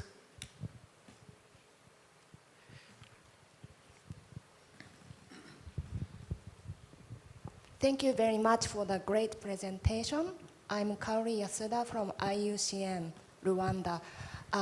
The two, gaps I would like to address, despite great presentation, is number one, I think it's a matter of communication, but you can highlight the nature-based solutions, because I hear you presenting all about sustainable agriculture and deploying nature-based solutions for multiple societal benefits are very important. So it's a wording of mentioning nature-based solution for all societal benefits. And you already mentioned most of the societal benefits.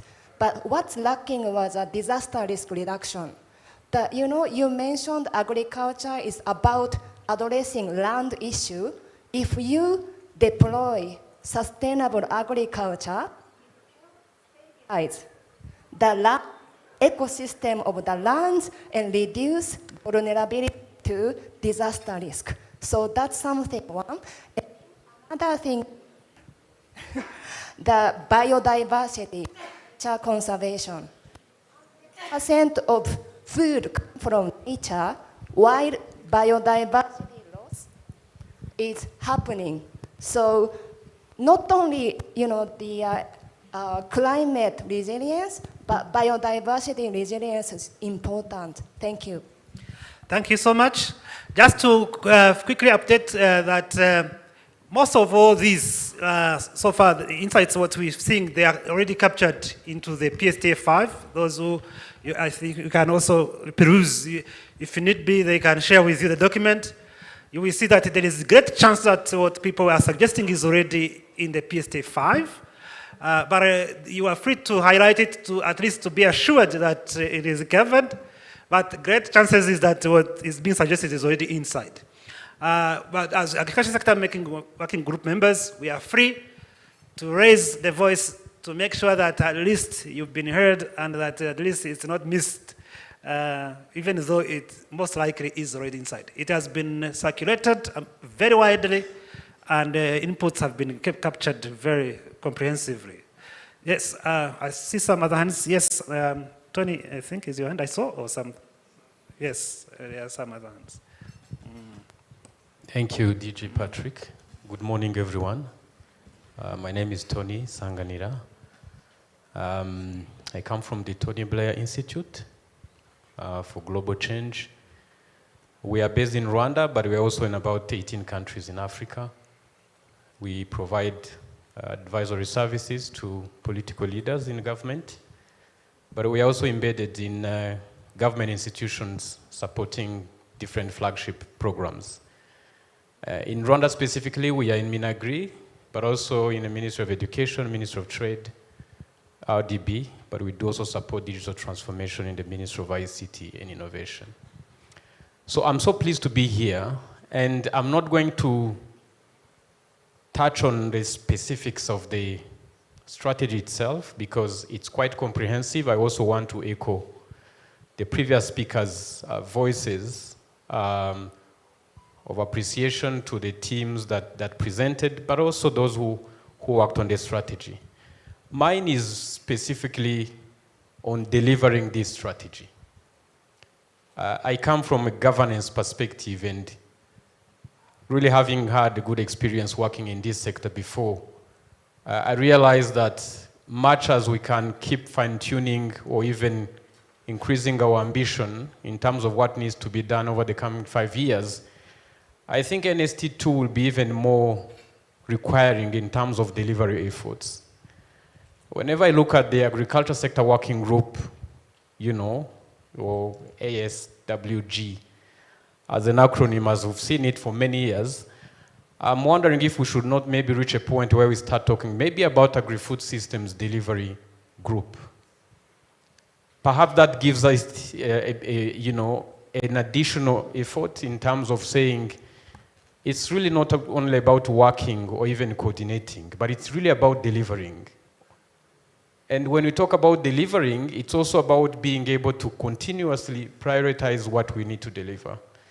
Because if you look at this strategy in the different pillars and the different interventions, and the billions of dollars and Rwandan francs that will be required to implement, at the end of the day, we need to continuously prioritize.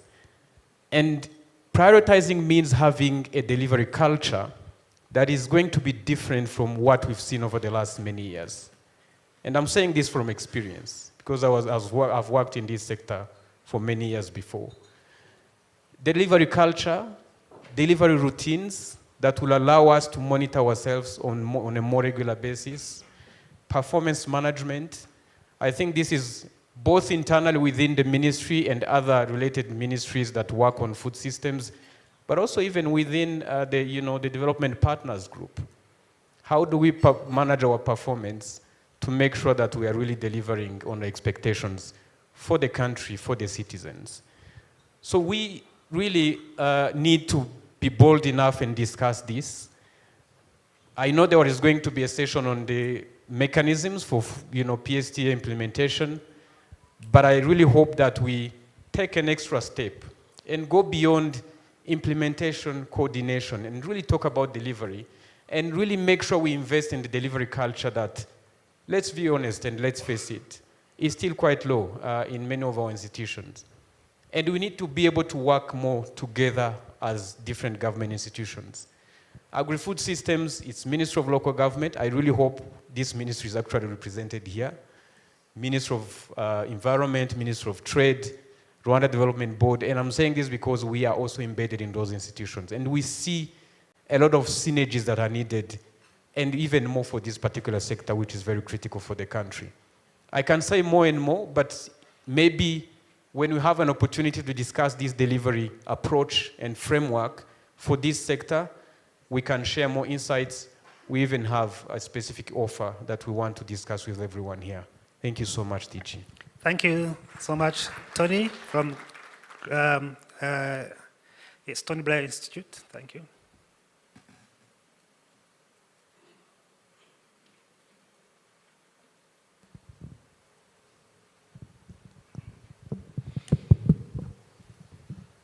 Thank you very much. My name is Dr. Jean-Claude. I'm a veterinarian, and I work for Rwanda Animal Welfare Organization. It's a local NGO. We aim to promote the animal welfare and the animal production. I want to suggest on the priority area, number 1, modernization of agriculture and animal resources production for climate resilience food system. There is where light and animal health system. We suggest to add animal welfare and animal health system. The reason why is this: as we move for high animal production for RDDP phase 2, we are aware that the government is putting a lot of effort for zero grazing, and we are seeing some farmers rearing the cows at home, and some of them, they don't have skills to really take good care. You see feces are covering everywhere. But not only that, we define this concept for Africa-centric perspective, that animal welfare linked to economy, to productivity, to public health, to food safety. It's even linked to SDGs, number 1, number 2, number 3, number 12, and number 15. So we suggest that animal welfare could be included so that the farmer could know how they really could take good care for the animals for the purpose for productivity. Thank you very much.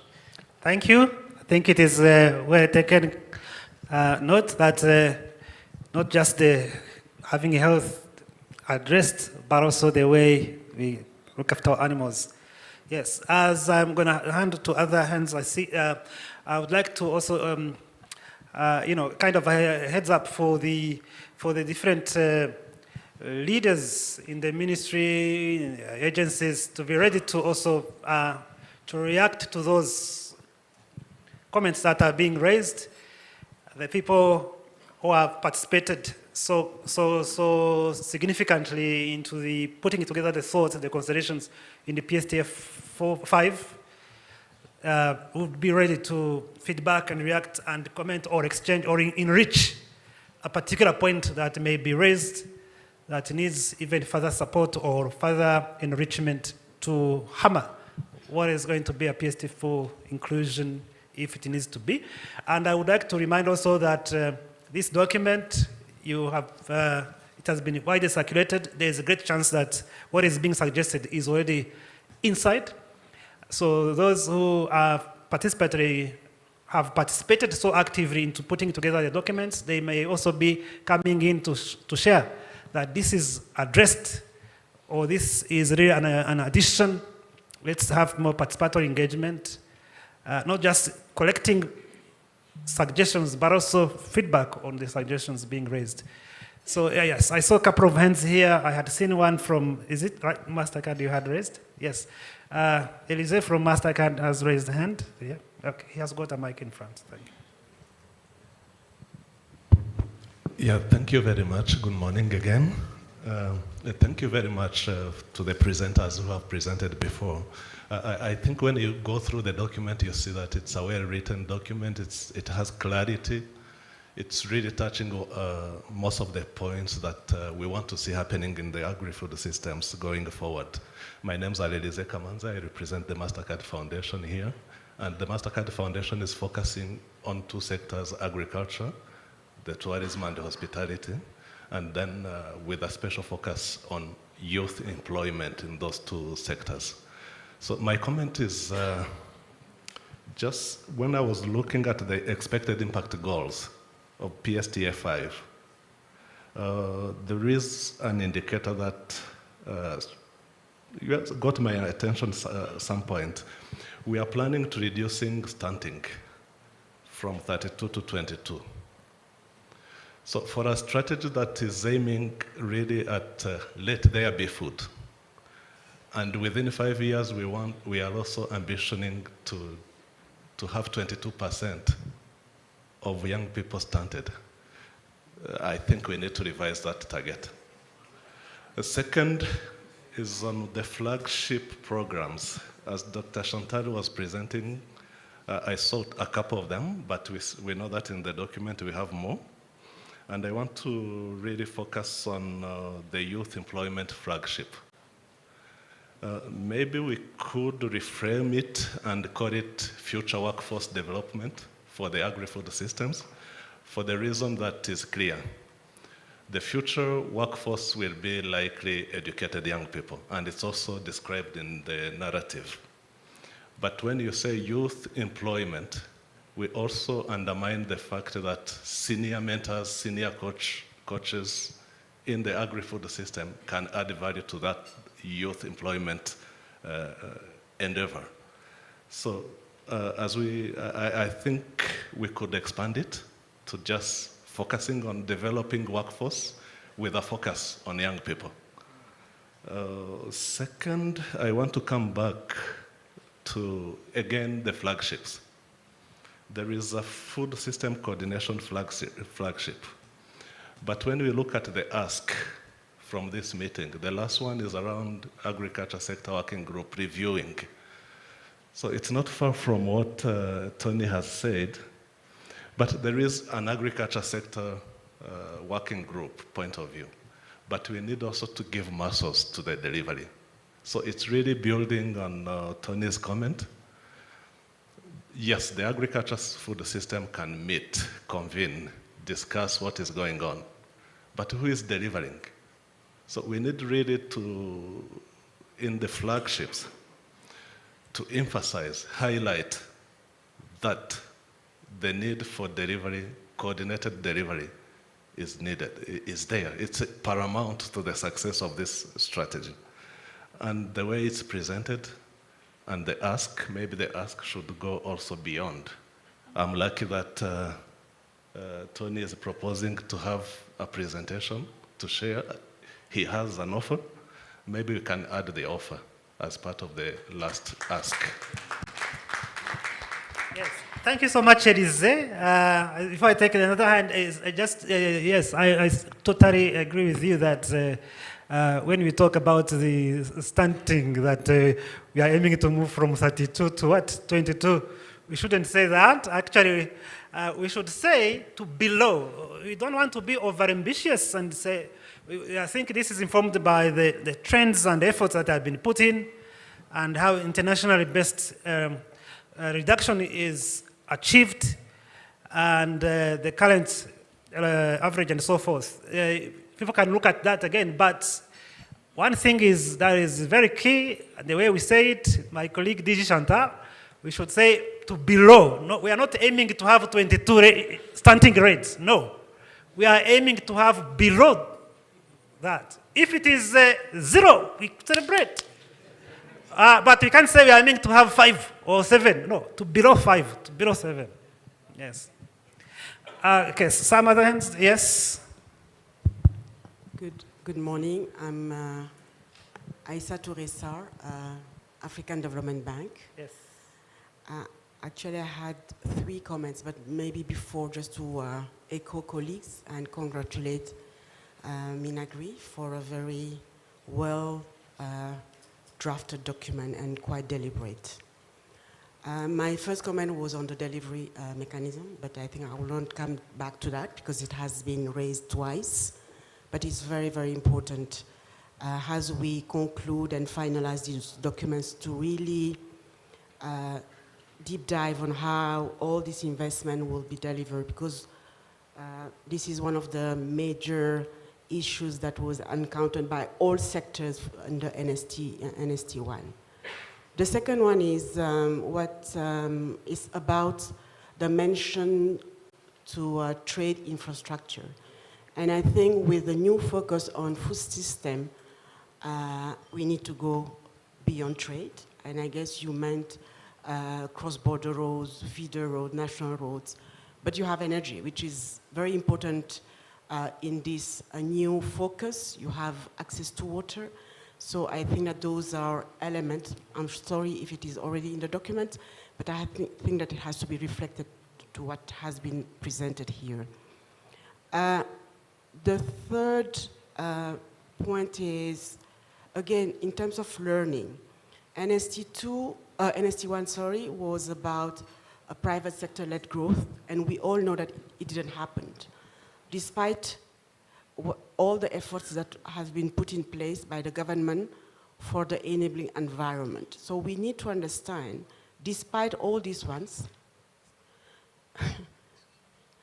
despite all these efforts in terms of enabling environment, it's not because you have said that you want a private sector-led growth or agri-food system-led growth that it will happen.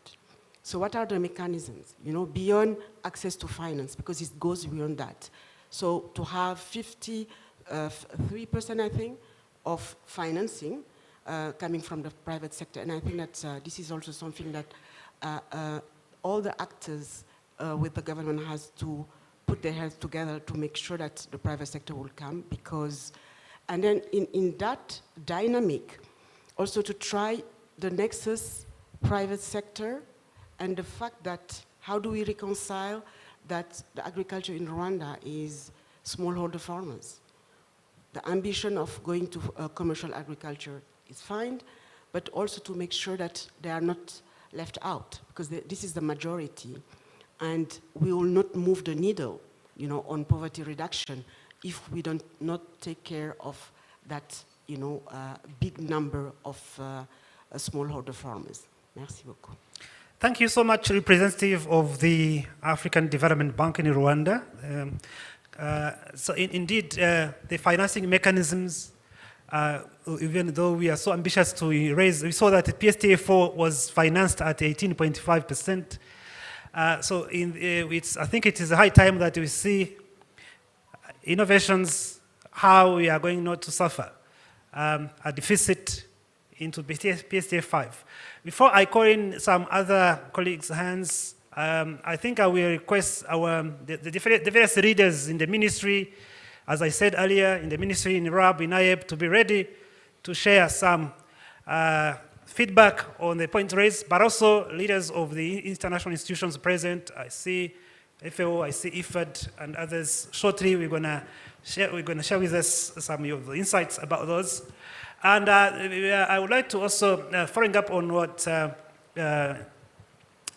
the representative of the African Development Bank in Rwanda just said, among the tools or the enablers for the financing and well, maybe not finance itself, but transformation and modernization using innovation and technology, increased access to technology and so forth. We are currently, I was last week in a session that is working on a new institution in the country that is being mulled, that is being considered under RAB.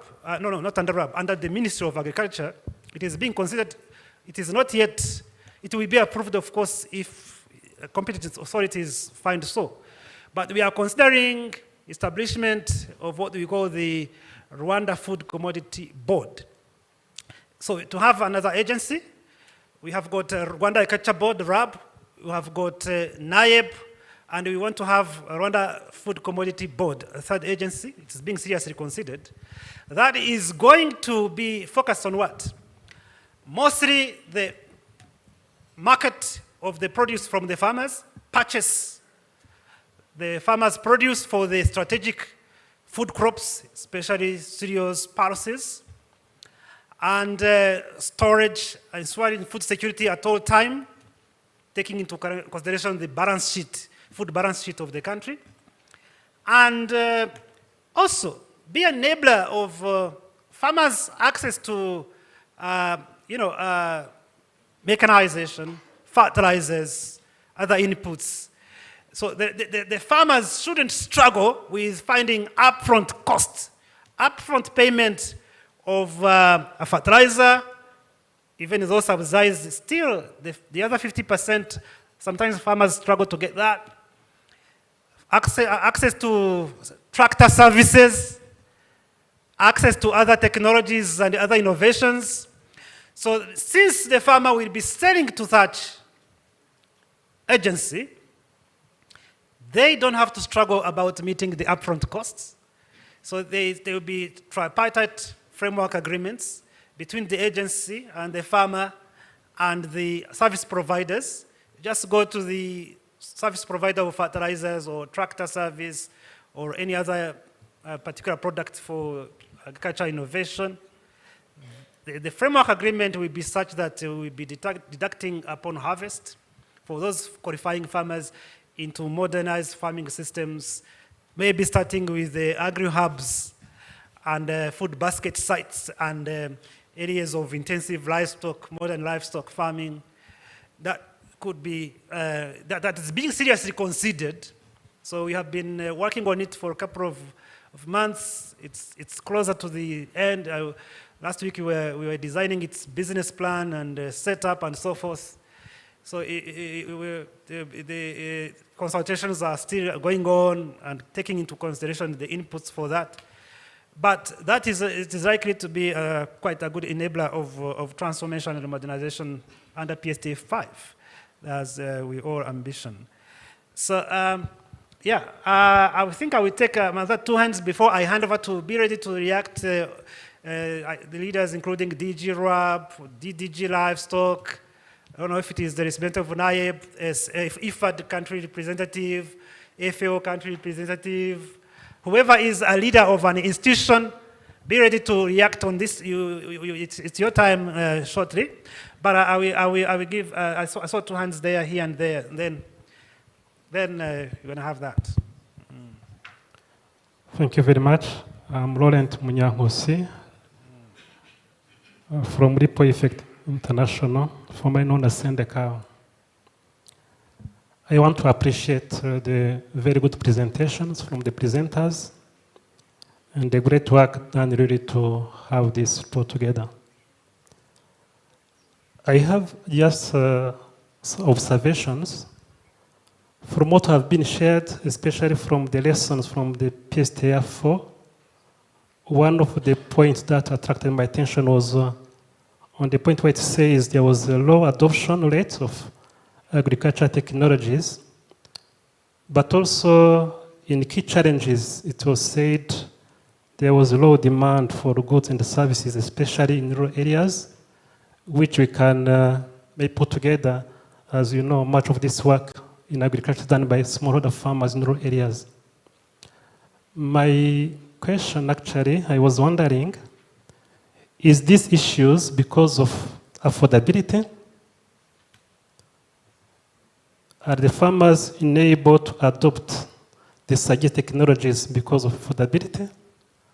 Is it maybe the issue of ignorance, maybe lack of knowledge or access to information?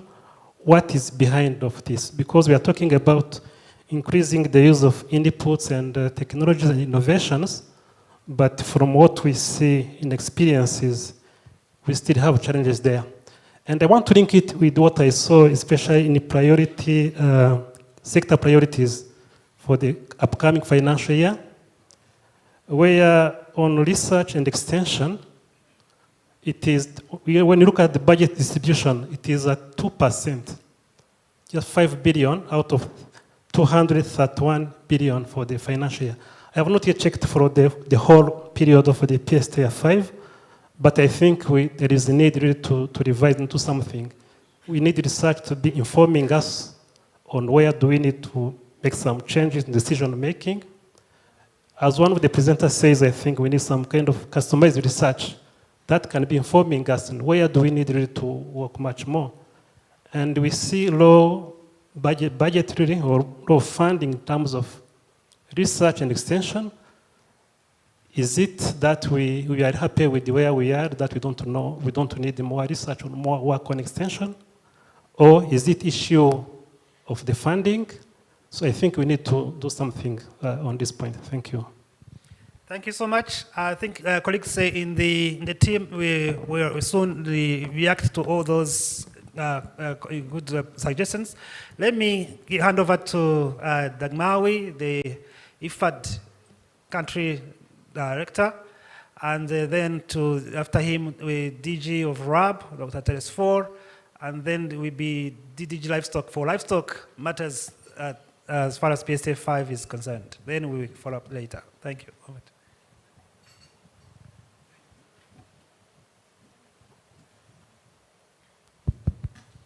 Thank you very much. And first, let me start by congratulating the team. I think, adding to what other colleagues have said, it's been interesting document. I've seen a lot of work. A lot of it has happened in the FAO offices, and DG, Chantal and team have worked hard to deliver a comprehensive food system approach to where we want to be in a few years. So I want to congratulate them for that.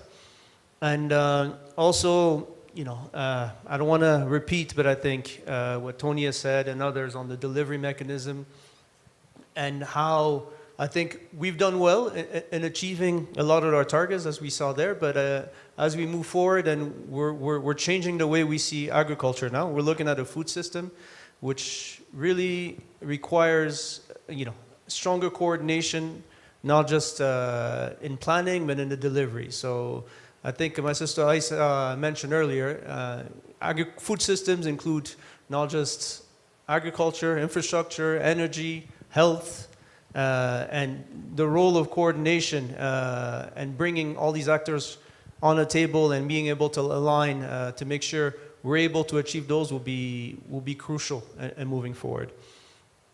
There's 2 points I really wanted to make. First, on the Rwanda Food Commodity Board, I think we'll be very interested to see the thinking and the mechanism around it.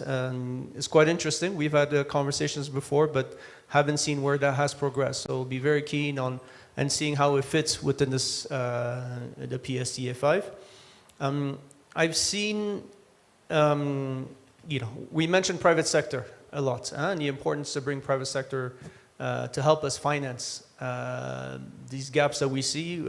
I noted it's almost 1.1 billion per year we'll need for agriculture for the PSTA 5. And to be able to do that, I think it will be important for us to be intentional about how different type of financing fits within the overall framework. It's easy to see if private sector will fit in there, but even in government partners, we have a plethora of partners here that have different type of mechanisms to support governments, some with loans, some grants, and others. And one thing I think we should see, it doesn't have to show up as a big goal, but really dissect these key value chains that we want to have and understand what are the gaps across those value chains and how different support and financing comes to help us, move the needle. Some of us don't have the financing. I don't have the size of financing of the World Bank, for example, or there are some of the capacities that FAO has, but it will be important for government and Ministry of Agriculture to really align those different partners to really ensure we get the results that we want. Last but not least, I think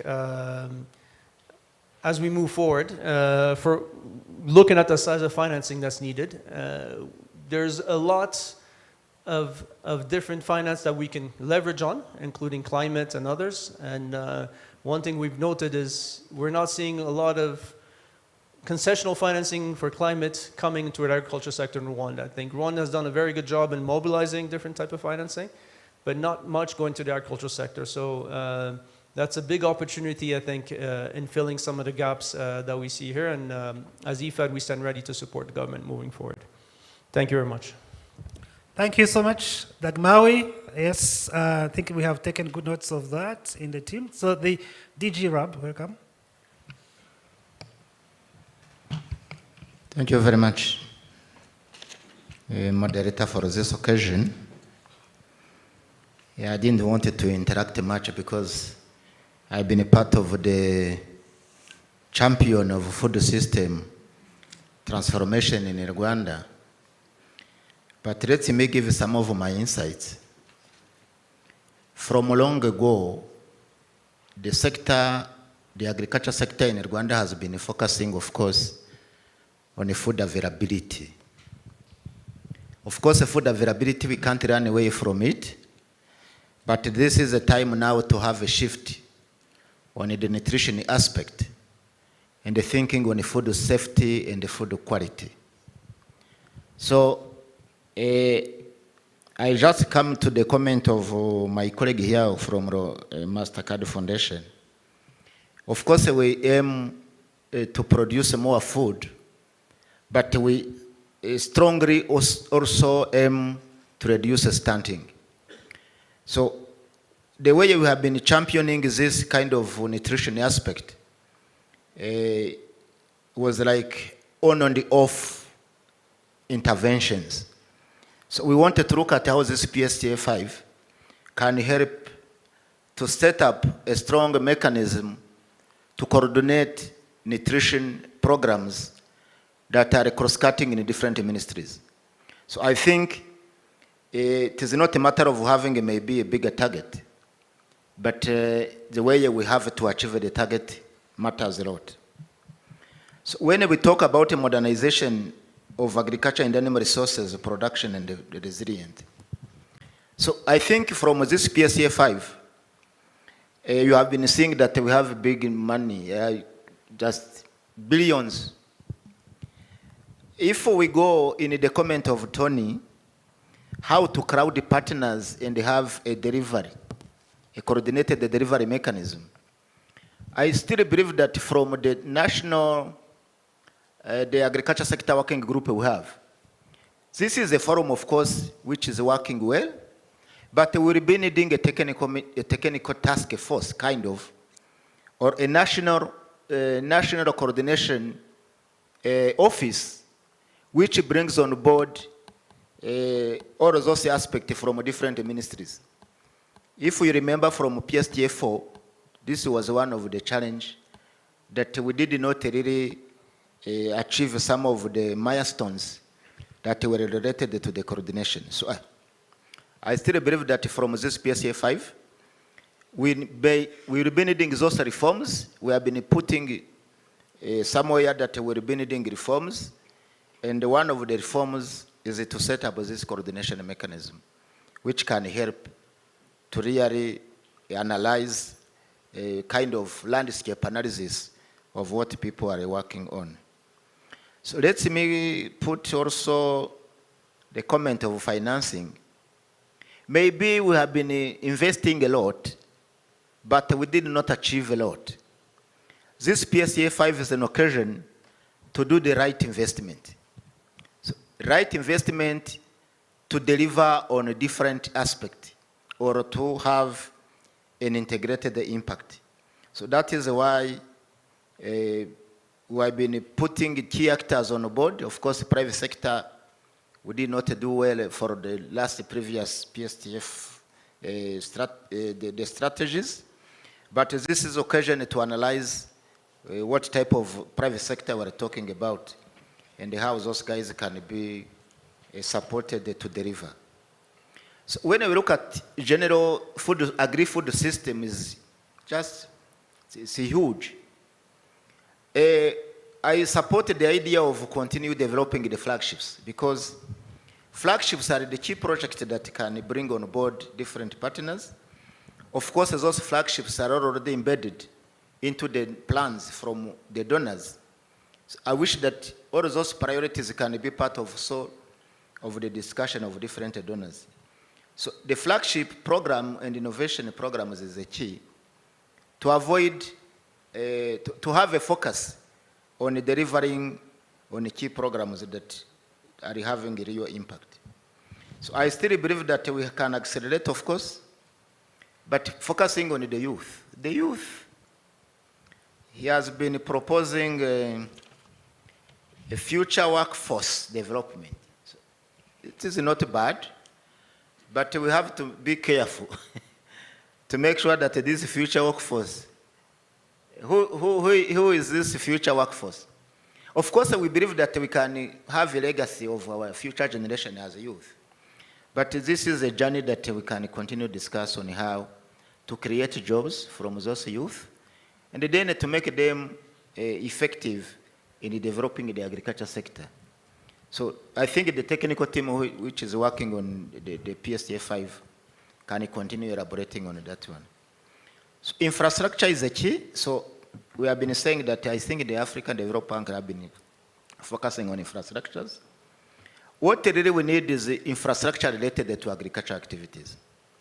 So if we produce a certain amount of maize, how those maize can reach the market?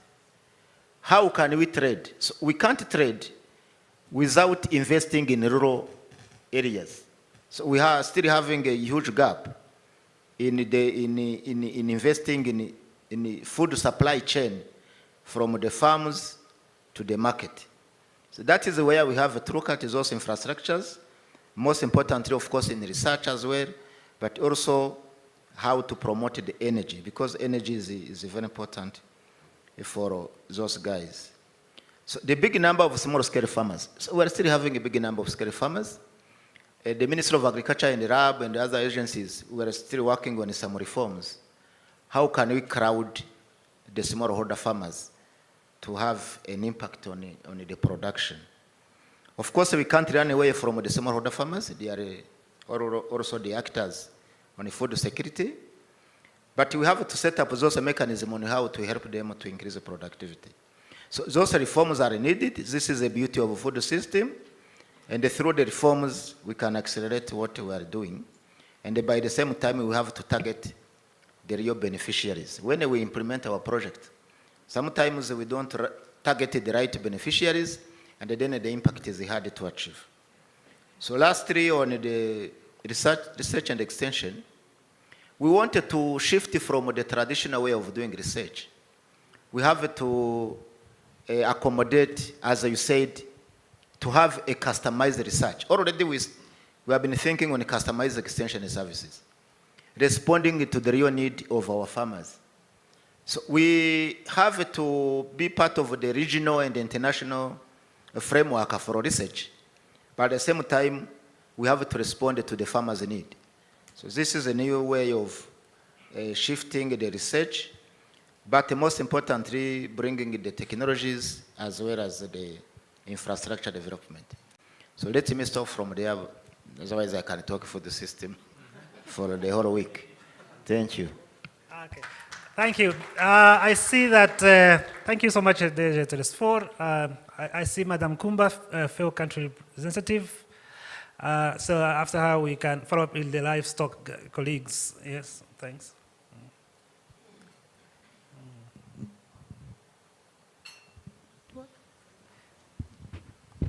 Yes. Perfect. Thank you so very much. Allow me to also, dear chair, okay, he's missing, chair and co-chairs, to thank you for gathering us today for this PSTA 5 validation. But let me also acknowledge the presence of our colleagues, development partners, and Minagri, and congratulate the team that did an extraordinary work. I had the chance, or I'm afraid to say burden, of being copied to most of the exchanges. And I have to witness that the hard work they have been doing is nothing but spectacular. So I want to congratulate you for what you were able to do. Rwanda is a template because it has not been done before in other countries. We have maybe Zambia that's starting and Morocco to adopt a national agri-food system strategy. So it's a template that you are developing and an approach that, of course, requires imagination and your own thinking. And of course, thinking of experts who came from all over the world to support you and provide you with ideas. I want to mention regarding the food security and stunting, and there my vigilance escaped, because if you look at the SDGs, and particularly SDG 2, we are talking of eradicating hunger and all forms of malnutrition by 2030. And if you even look the Malabo Declaration of 2014, it is even stronger because they say that it should be done by 2025, which is next year. So it means that we cannot aim lower than that, than eradicating hunger and all forms of malnutrition, including stunting. Maybe it's not a discussion for here, but it's true that we should have nutrition looked at in a much deeper manner. I do agree with Honorable Minister mentioned this morning, because if you look at the way it was presented today, you see that it's not to Minagri to do that. Minagri has just a portion of work, but Ministry of Health has something, Rwanda Child has something to do, and others and others. And then that leads me to the point that Dagmar made regarding the capacity and perspectives in terms of funding, support, and so on, that eventually we should be mapping to know already on the requirements for the implementation and the delivery, what is needed, where the capacities are, so that also that helps the ministry to plan better, but also us as partners. The other point that I wanted to make is regarding the youth. I think we have to be very deliberate, and semantic is important. It's extremely important. I will not here defend the gender and woman cause, but it's because we fought for, or let's say our mothers and grandmothers, they fought so hard to make sure that women and gender is in every single statement when we talk of development. And I think the word youth, that semantic is important to keep. I like the fact that we are thinking future workforce, but let's make sure that we keep youth as the driving word for this. The last point I wanted to make is regarding the coordination of food systems. And DG Rab, I cannot agree more than you. Actually, you know more than any of us what food systems mean.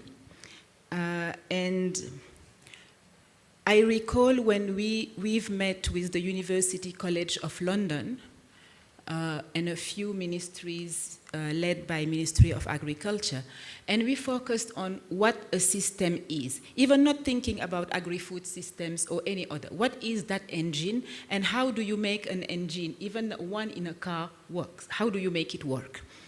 And the requirements were so sophisticated that the moment that we decide to go through a system approach, we have to be very sure about the coordination mechanism, because for PSTA 5 to be successful, all those they will have to input, to report on what they have been doing, so that it matches the outputs that are within the PSTA 5. If we cannot track what others are doing towards that same outcome, and their place in other ministries, in other institutions, we will not be able to deliver on a system, because a system really requires inputs coming from various stakeholders.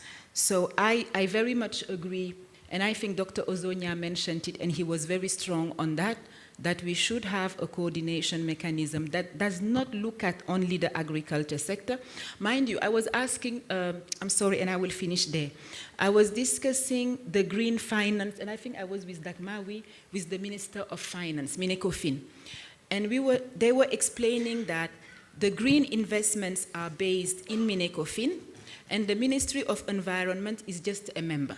Ministry of Agriculture is a member. One would think it would be in the Ministry of Environment.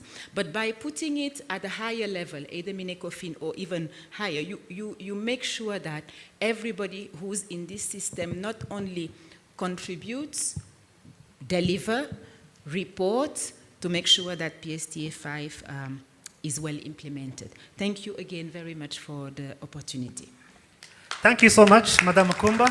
I think your points are well taken with colleagues who are putting this together. Yeah, so I would like to go for the livestock colleagues, DG Solange.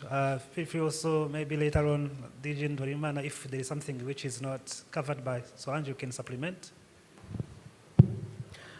Thank you, Chair and Co-Chair. There was a question, a comment raised by the representative of RAO asking to consider adding animal welfare on the intervention area where we have animal health, and the answer is yes. I think it was a matter of only the title, because in the content we already catered for that actually. As a matter of fact, the current animal health law that dates of 2008 is in the pipeline and is almost being completed, and animal welfare was well catered for, and we are looking forward to working with them now that they are solely and mainly focusing on animal welfare. And if I may, I also would like to comment on the comment by the representative of MasterCard Foundation about the fact that you have pledged to move from 32 to 22% reduction of stunting rate. When you look at it, it's not very ambitious as we want to go, but they like to say that the devil is in details. And maybe to this point, it is easier said than done. Truth to be told, a lot of effort has been put in this space of reducing malnutrition and stunting rates. And maybe when you look at the end-term review of PSTA 5, we would pick up some lesson learned of what what went well, what didn't go so well, and what went wrong. And we refocus the interventions and the players so that we go probably as much as zero. That's the perfect picture. And we look for everybody's contribution to make our children actually, all of them not stunted. So we accept the challenge, but we also challenge you back to come to partner with us so that we, we actually do that. When you look at the workforce development for agri-food systems with focus on youth, allow me to talk mainly on youth. It is very important, and even to the point of Honorable Minister's remarks earlier, it is important to understand actually who our youth are or is, because we have had experience of working with them, and we realize that they are actually ambitious, yes, but they are also the most volatile group. They are not yet settled per se, and we need to understand who really they are and what drives them and how can we engage more according to their terms, and not us thinking for them on their behalf, because if we do so, we are going to be doomed for failure.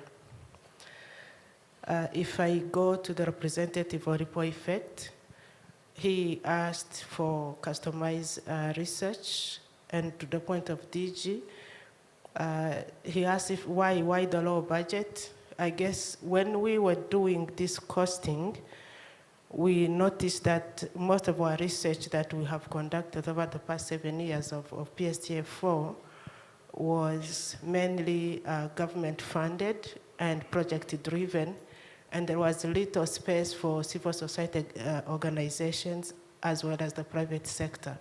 And yet, through the presentation of DG Chantal, we noticed that the majority of that funding is coming from the private sector, and we invite the private sector to join us to do research for development and research or doing informed trade, so that usually in the developed countries, the private sectors actually do fund the majority of that research for development and research for businesses.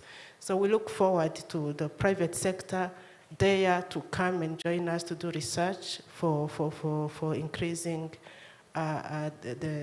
improving the trade deficit balance, for example. So there's still room for the private sector to fund research, and yes, the doors are open. I guess I should stop here. Thank you. Thank you, DG Solange. I see some of the hands. We have 10 minutes to 12. I think we still have some minutes because we close around 12:10. But before I hand over to Mike to some of the hands I was seeing on my phone some WhatsApp messages. People wanted to know more about this food commodity board that I mentioned. So yes, it is being very much considered. And we don't intend it to be just another public agency. It would be more private in nature, but under the Ministry of Agriculture, state-owned company. That's what we are considering so far. And also, as I said, it would be linking to other services, including technologies, inputs, but also finance, access to finance. So far, the financing of agriculture is around 6%, right? Of all the loans that that people take from banks, only 6% go to agriculture.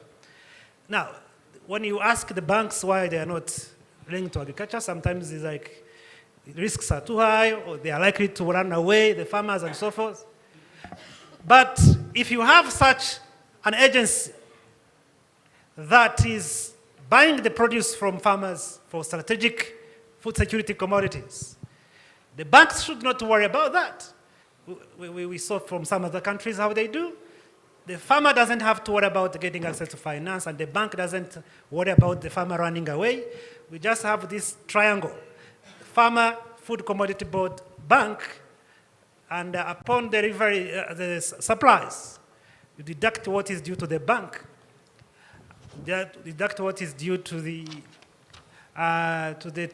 tractor hires, to the inputs, but in a way that the farmer agrees with those tripartite agreement that they all sign accordingly. So we would be very happy to keep having the insight in that. It is a very advanced stage of consideration. And if you think that there's something it has to take into consideration, a comment would be welcome so that it is taken into consideration, as it might get approval very soon if everything is found right.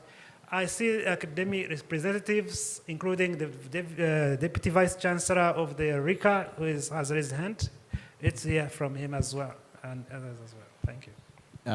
Thank you. Maybe just a quick reaction as I hand over to you respectively.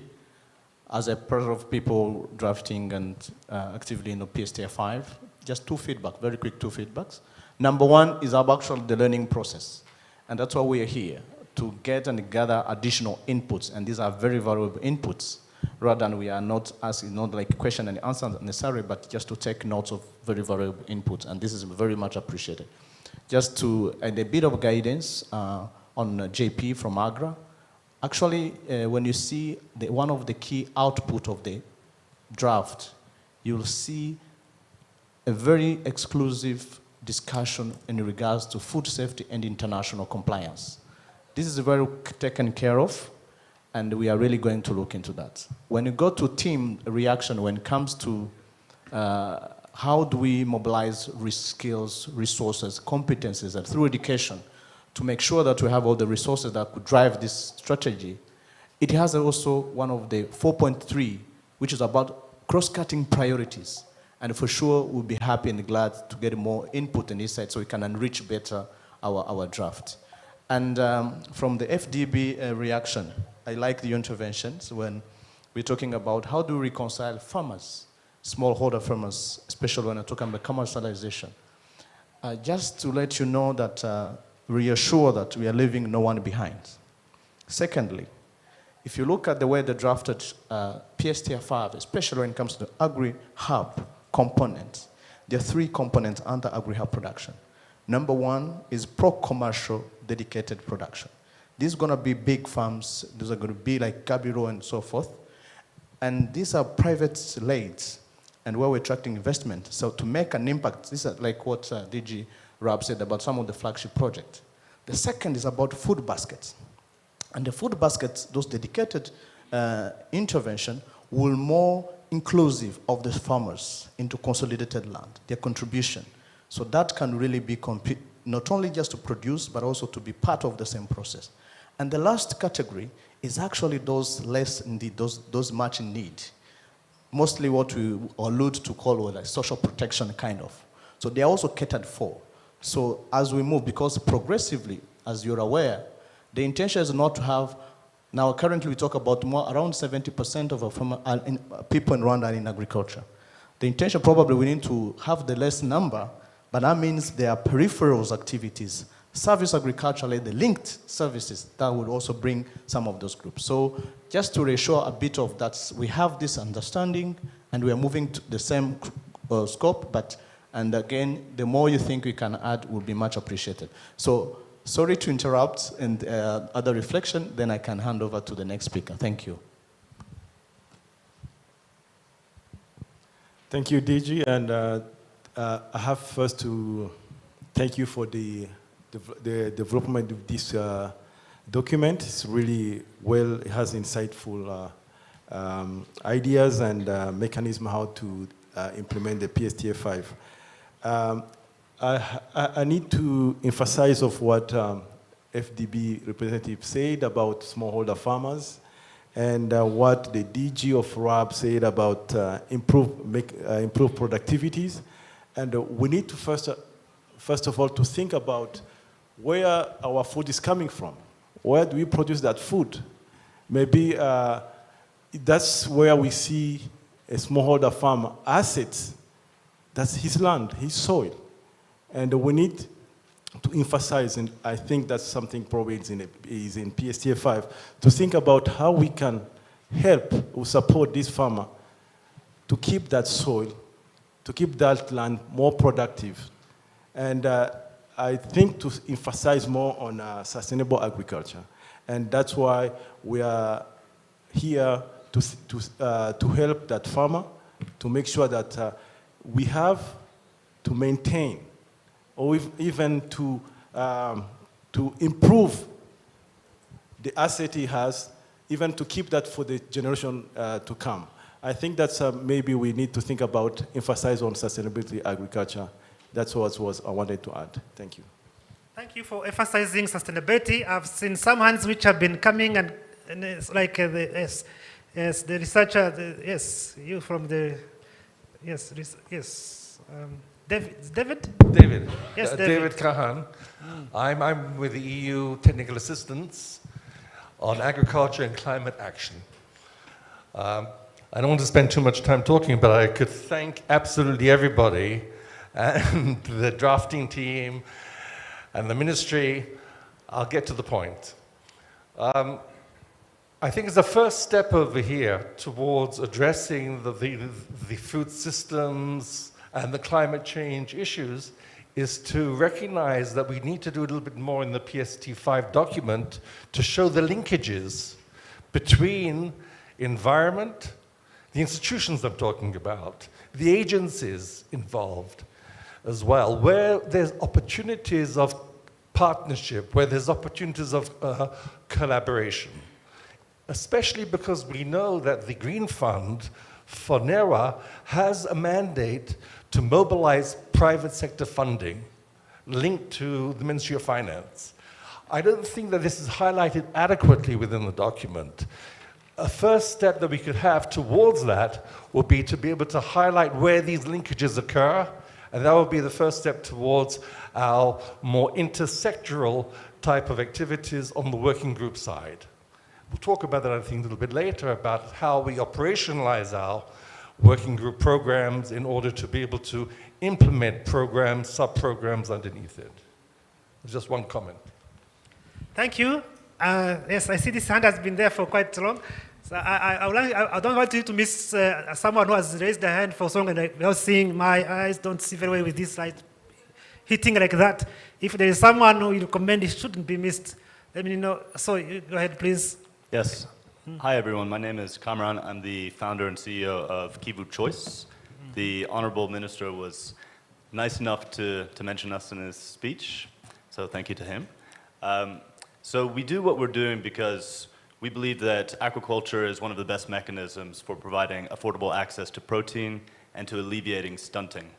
So back last year, our organization closed a $35 million equity round, and we've been growing very rapidly since then. So we're now producing 5 million fish meals per year across Rwanda and DRC. And over the next 3 years, we intend to scale out through to 50 million fish meals per year. So that would be 1 fish meal per Rwandan every quarter in 3 years' time is what we hope to achieve. And in the process, we've also brought down the cost of fish by anything from 25 to 50%. Well, actually, the cost of animal protein at large by anything from 25 to 50% in the markets that we're operating in. So fish in Rwanda through Kivu Choice is now the most affordable animal protein on the market. Now, the issue that we face is that fish in Rwanda is still perceived as a luxury versus a staple. And this is a matter of awareness. And so we are now in the process of going through a marketing campaign to try and generate this awareness across the country so that we can allocate proportionally more of our fish production to the Rwandan market versus the Congolese market. What we've seen as we've started to scale is that increasingly more and more of our supply is having to go to Congo because there is demand there. So we need to create that demand here by creating awareness. And so when I'm listening to these discussions, one thing that I want to ask is, how can we as a private sector player partner with governments and partner with these organizations to help generate this awareness and be able to have that impact that we're looking to achieve for the Rwandan population? Yes, thank you from Kivu Choice. We highly appreciate the great promise of Kivu Choice, and I think it is well aligned with this malnutrition fighting ambition. If we could have more fish and more affordable ones, I think it would be a very big contribution to the PSTA 5. Sorry. Thank you so much. Where did I miss? That side. So I said, please guide me, because these lights make me not see some sides. So that yes, let him finish, and then we got that side which I have been missing. Due to some thank you so much. I'm Michael Karango from National Child Development Agency. I'm Senior Advisor in Strategic Planning. I would first of all like to allude to the comments made on the targets for fighting malnutrition, which is actually the stunting. We are under the final stages of NS2 consultations, and the target set under the agriculture sector may be adjusted once we complete the sector consultations, because under the 5-year program, we have an ambitious target of going even up to 15% or below. Although in NST2, we have not achieved the target of 19%, but stunting has impressively declined for under 2, where we are at around 24.2%. But between 2 and 5 years, that's where it's a bit more still complicated. So as we conclude sector consultations, nutrition is cross-cutting, so we shall be able to agree on a more or less a target that can be realized. However, this said, we have to observe that in the last 15 years, the minimum acceptable diet for children under 2 years has stagnated. It has only increased by 4% in the last 15 years. So if we are looking into nutrition-sensitive agricultural mechanisms, including targeted food systems transformation, agro-processing, all these leading to availability of affordable nutrient-dense foods, because whereas we are focusing on production, which is good, but affordability of what has been produced, especially animal source foods, are very expensive. And you know that stunted children are more concentrated in the lowest two socioeconomic groups, which have almost no land to cultivate. So as we increase the production, how do we mainstream what has been produced and needed to those vulnerable households? So various approaches, including social safety nets, have to be thought about. We are happy that the Ministry of Agriculture is contributing to animal resource proteins through availability of eggs, through district earmark funding to households that have children under 5. But this should be in a sustainable way. At the end of PSTA 5, we should be able to have a sustainable way of availing the animal resource foods to these vulnerable households. Again, the cost of production for targeted foods for children under 2 is still high when you look at fortified blended foods. And this has to do with food safety, which other colleagues have also mentioned about, because you may want to say that they will be importing maize from other countries because maybe maize from here has high levels of aflatoxin. So all this, they talked about the systems approach. So this systems approach has to be looked at. Again, under the PSTA 5, we should have a clear roadmap on fortification, and by fortification with clear targets. It's well articulated in the documents, but for the past NS21 period, it has been more of a pilot. So this time to scale up. For example, anemia in children in schools, under the school feeding program, is very high. Adolescent girls with anemia, it's very high. But if those schools can afford iron-rich beans, we would completely fight anemia. But how can we scale up the production of iron-rich beans so that can be integrated into school feeding program? So such a kind of coordination, multi-sectoral coordination, many of us talked about, needs to be reinforced. And I'm happy that we are going to have a food commodities board and maybe the new food composition table. All this will bring new dynamics into the process. Thank you. Thank you. Before we have our closing remarks, this side, I think, haven't made justice for that side. Thank you so much for the opportunity. Caroline Reyes from the Global Green Growth Institute in Rwanda. I wanted to start by congratulating the ministry, RAB, the entire agriculture sector working group for the progress made so far in putting together such a robust PSTA 5. And also just wanted to make 3 comments. First of all, as an organization that has been working to support cities in Rwanda follow a path of green and climate resilient development, I was very happy to see the focus on promoting urban agriculture. So just wanted to say that as GGGI, we stand ready to support in advancing that. I also wanted to join the other participants who talked about the need to emphasize more on sustainable agriculture. I think there's a need maybe to be even more specific and mentioning soil health. I didn't see that come out very strongly. I'm not sure if that's in the document. I haven't accessed it, but I think really putting that emphasis on soil health would be critical, and also looking at nexuses between food and waste, for instance, on how we can really address the issue of soil health. So that's my second comment.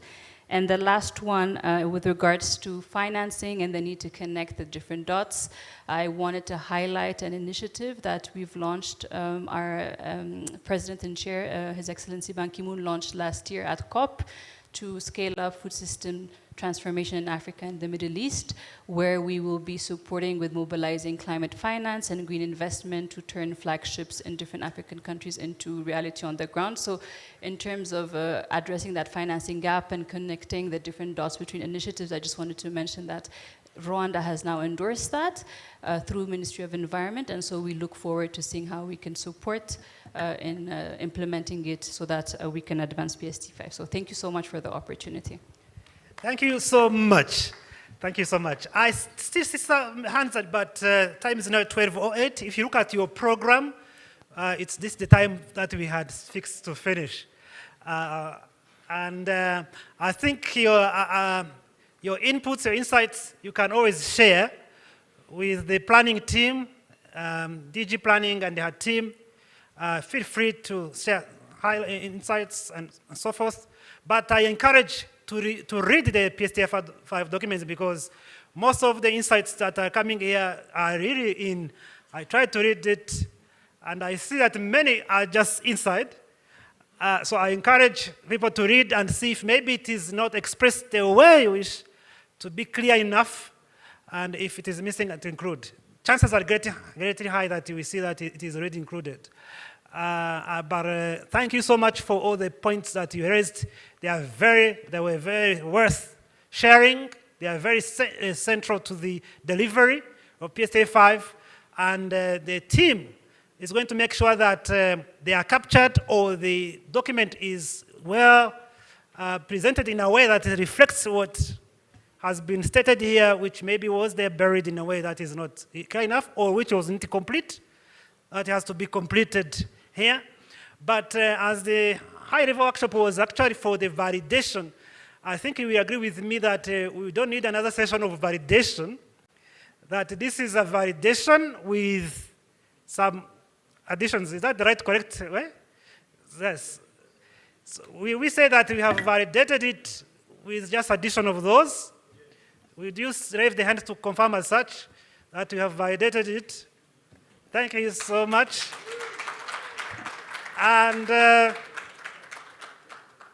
yes, so without staying too much between you and your lunch and your other next afternoon meetings and commitments, I kindly request the permanent secretary, who is the chairperson of the sector working group, to come deliver his closing remarks for all of us. And then we will have a group photo, souvenir photo for all of us who have been behind this PSTA 5. And the guy for the photo will guide us for that. Welcome, PS.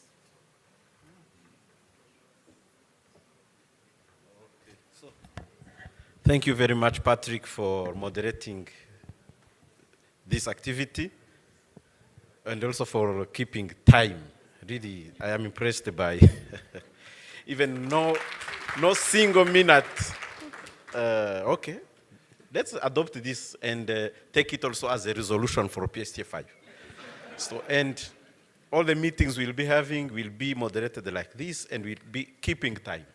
I think this way of keeping time should also come in keeping time regarding our targets for PSTA 5. So let's assume that we will have our PSTA 5 without any delay, because so we experienced some targets that were not fully met with the PSTA 4, and this is going to give us another occasion to finalize them and improve our way of working. So one word, thank you very much for being here. And we've been here today, but this is a journey we started last year with pledges, commitments, and all commitments were met. So, and we have now a document, something tangible that is going to be brought to another level to be aligned with NST2, and then we go to work in a few weeks, because we are officially starting with the 1st of July. So this is just in 2 weeks' time. And I don't know if we'll have another occasion to express how we are so thankful as the Ministry of Agriculture and Animal Resources, regarding the partnership that we're having with you partners. So we appreciate the partnership, really. So this is something that is materialized. We have now the PSTA 5 thanks to your support. And it is going to change what Eric and Chantal have presented. It's going to change our lives.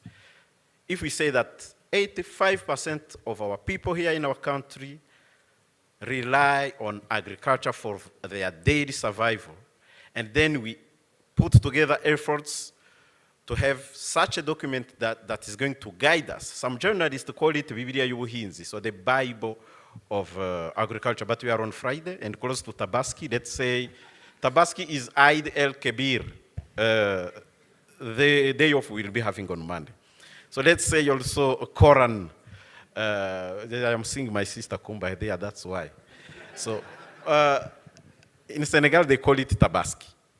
So we are going to have our Bibilia Yubuhinzi now. That is going to be Bibilia for 85% of Rwandans. So this is something tangible, and we are once again expressing our thanks to you partners. Let me end this by thanking you for making it today, for responding positively to our invitation. And let's go for the group photo and enjoy your lunch and enjoy your weekend. Thank you very much.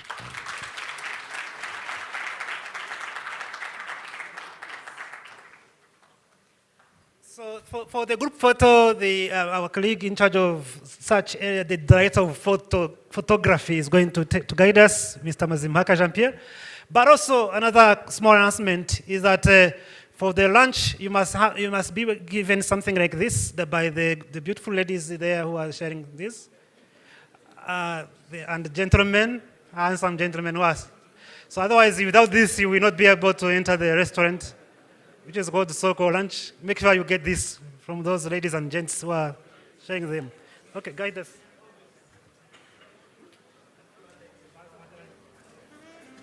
So it's, come and tell them.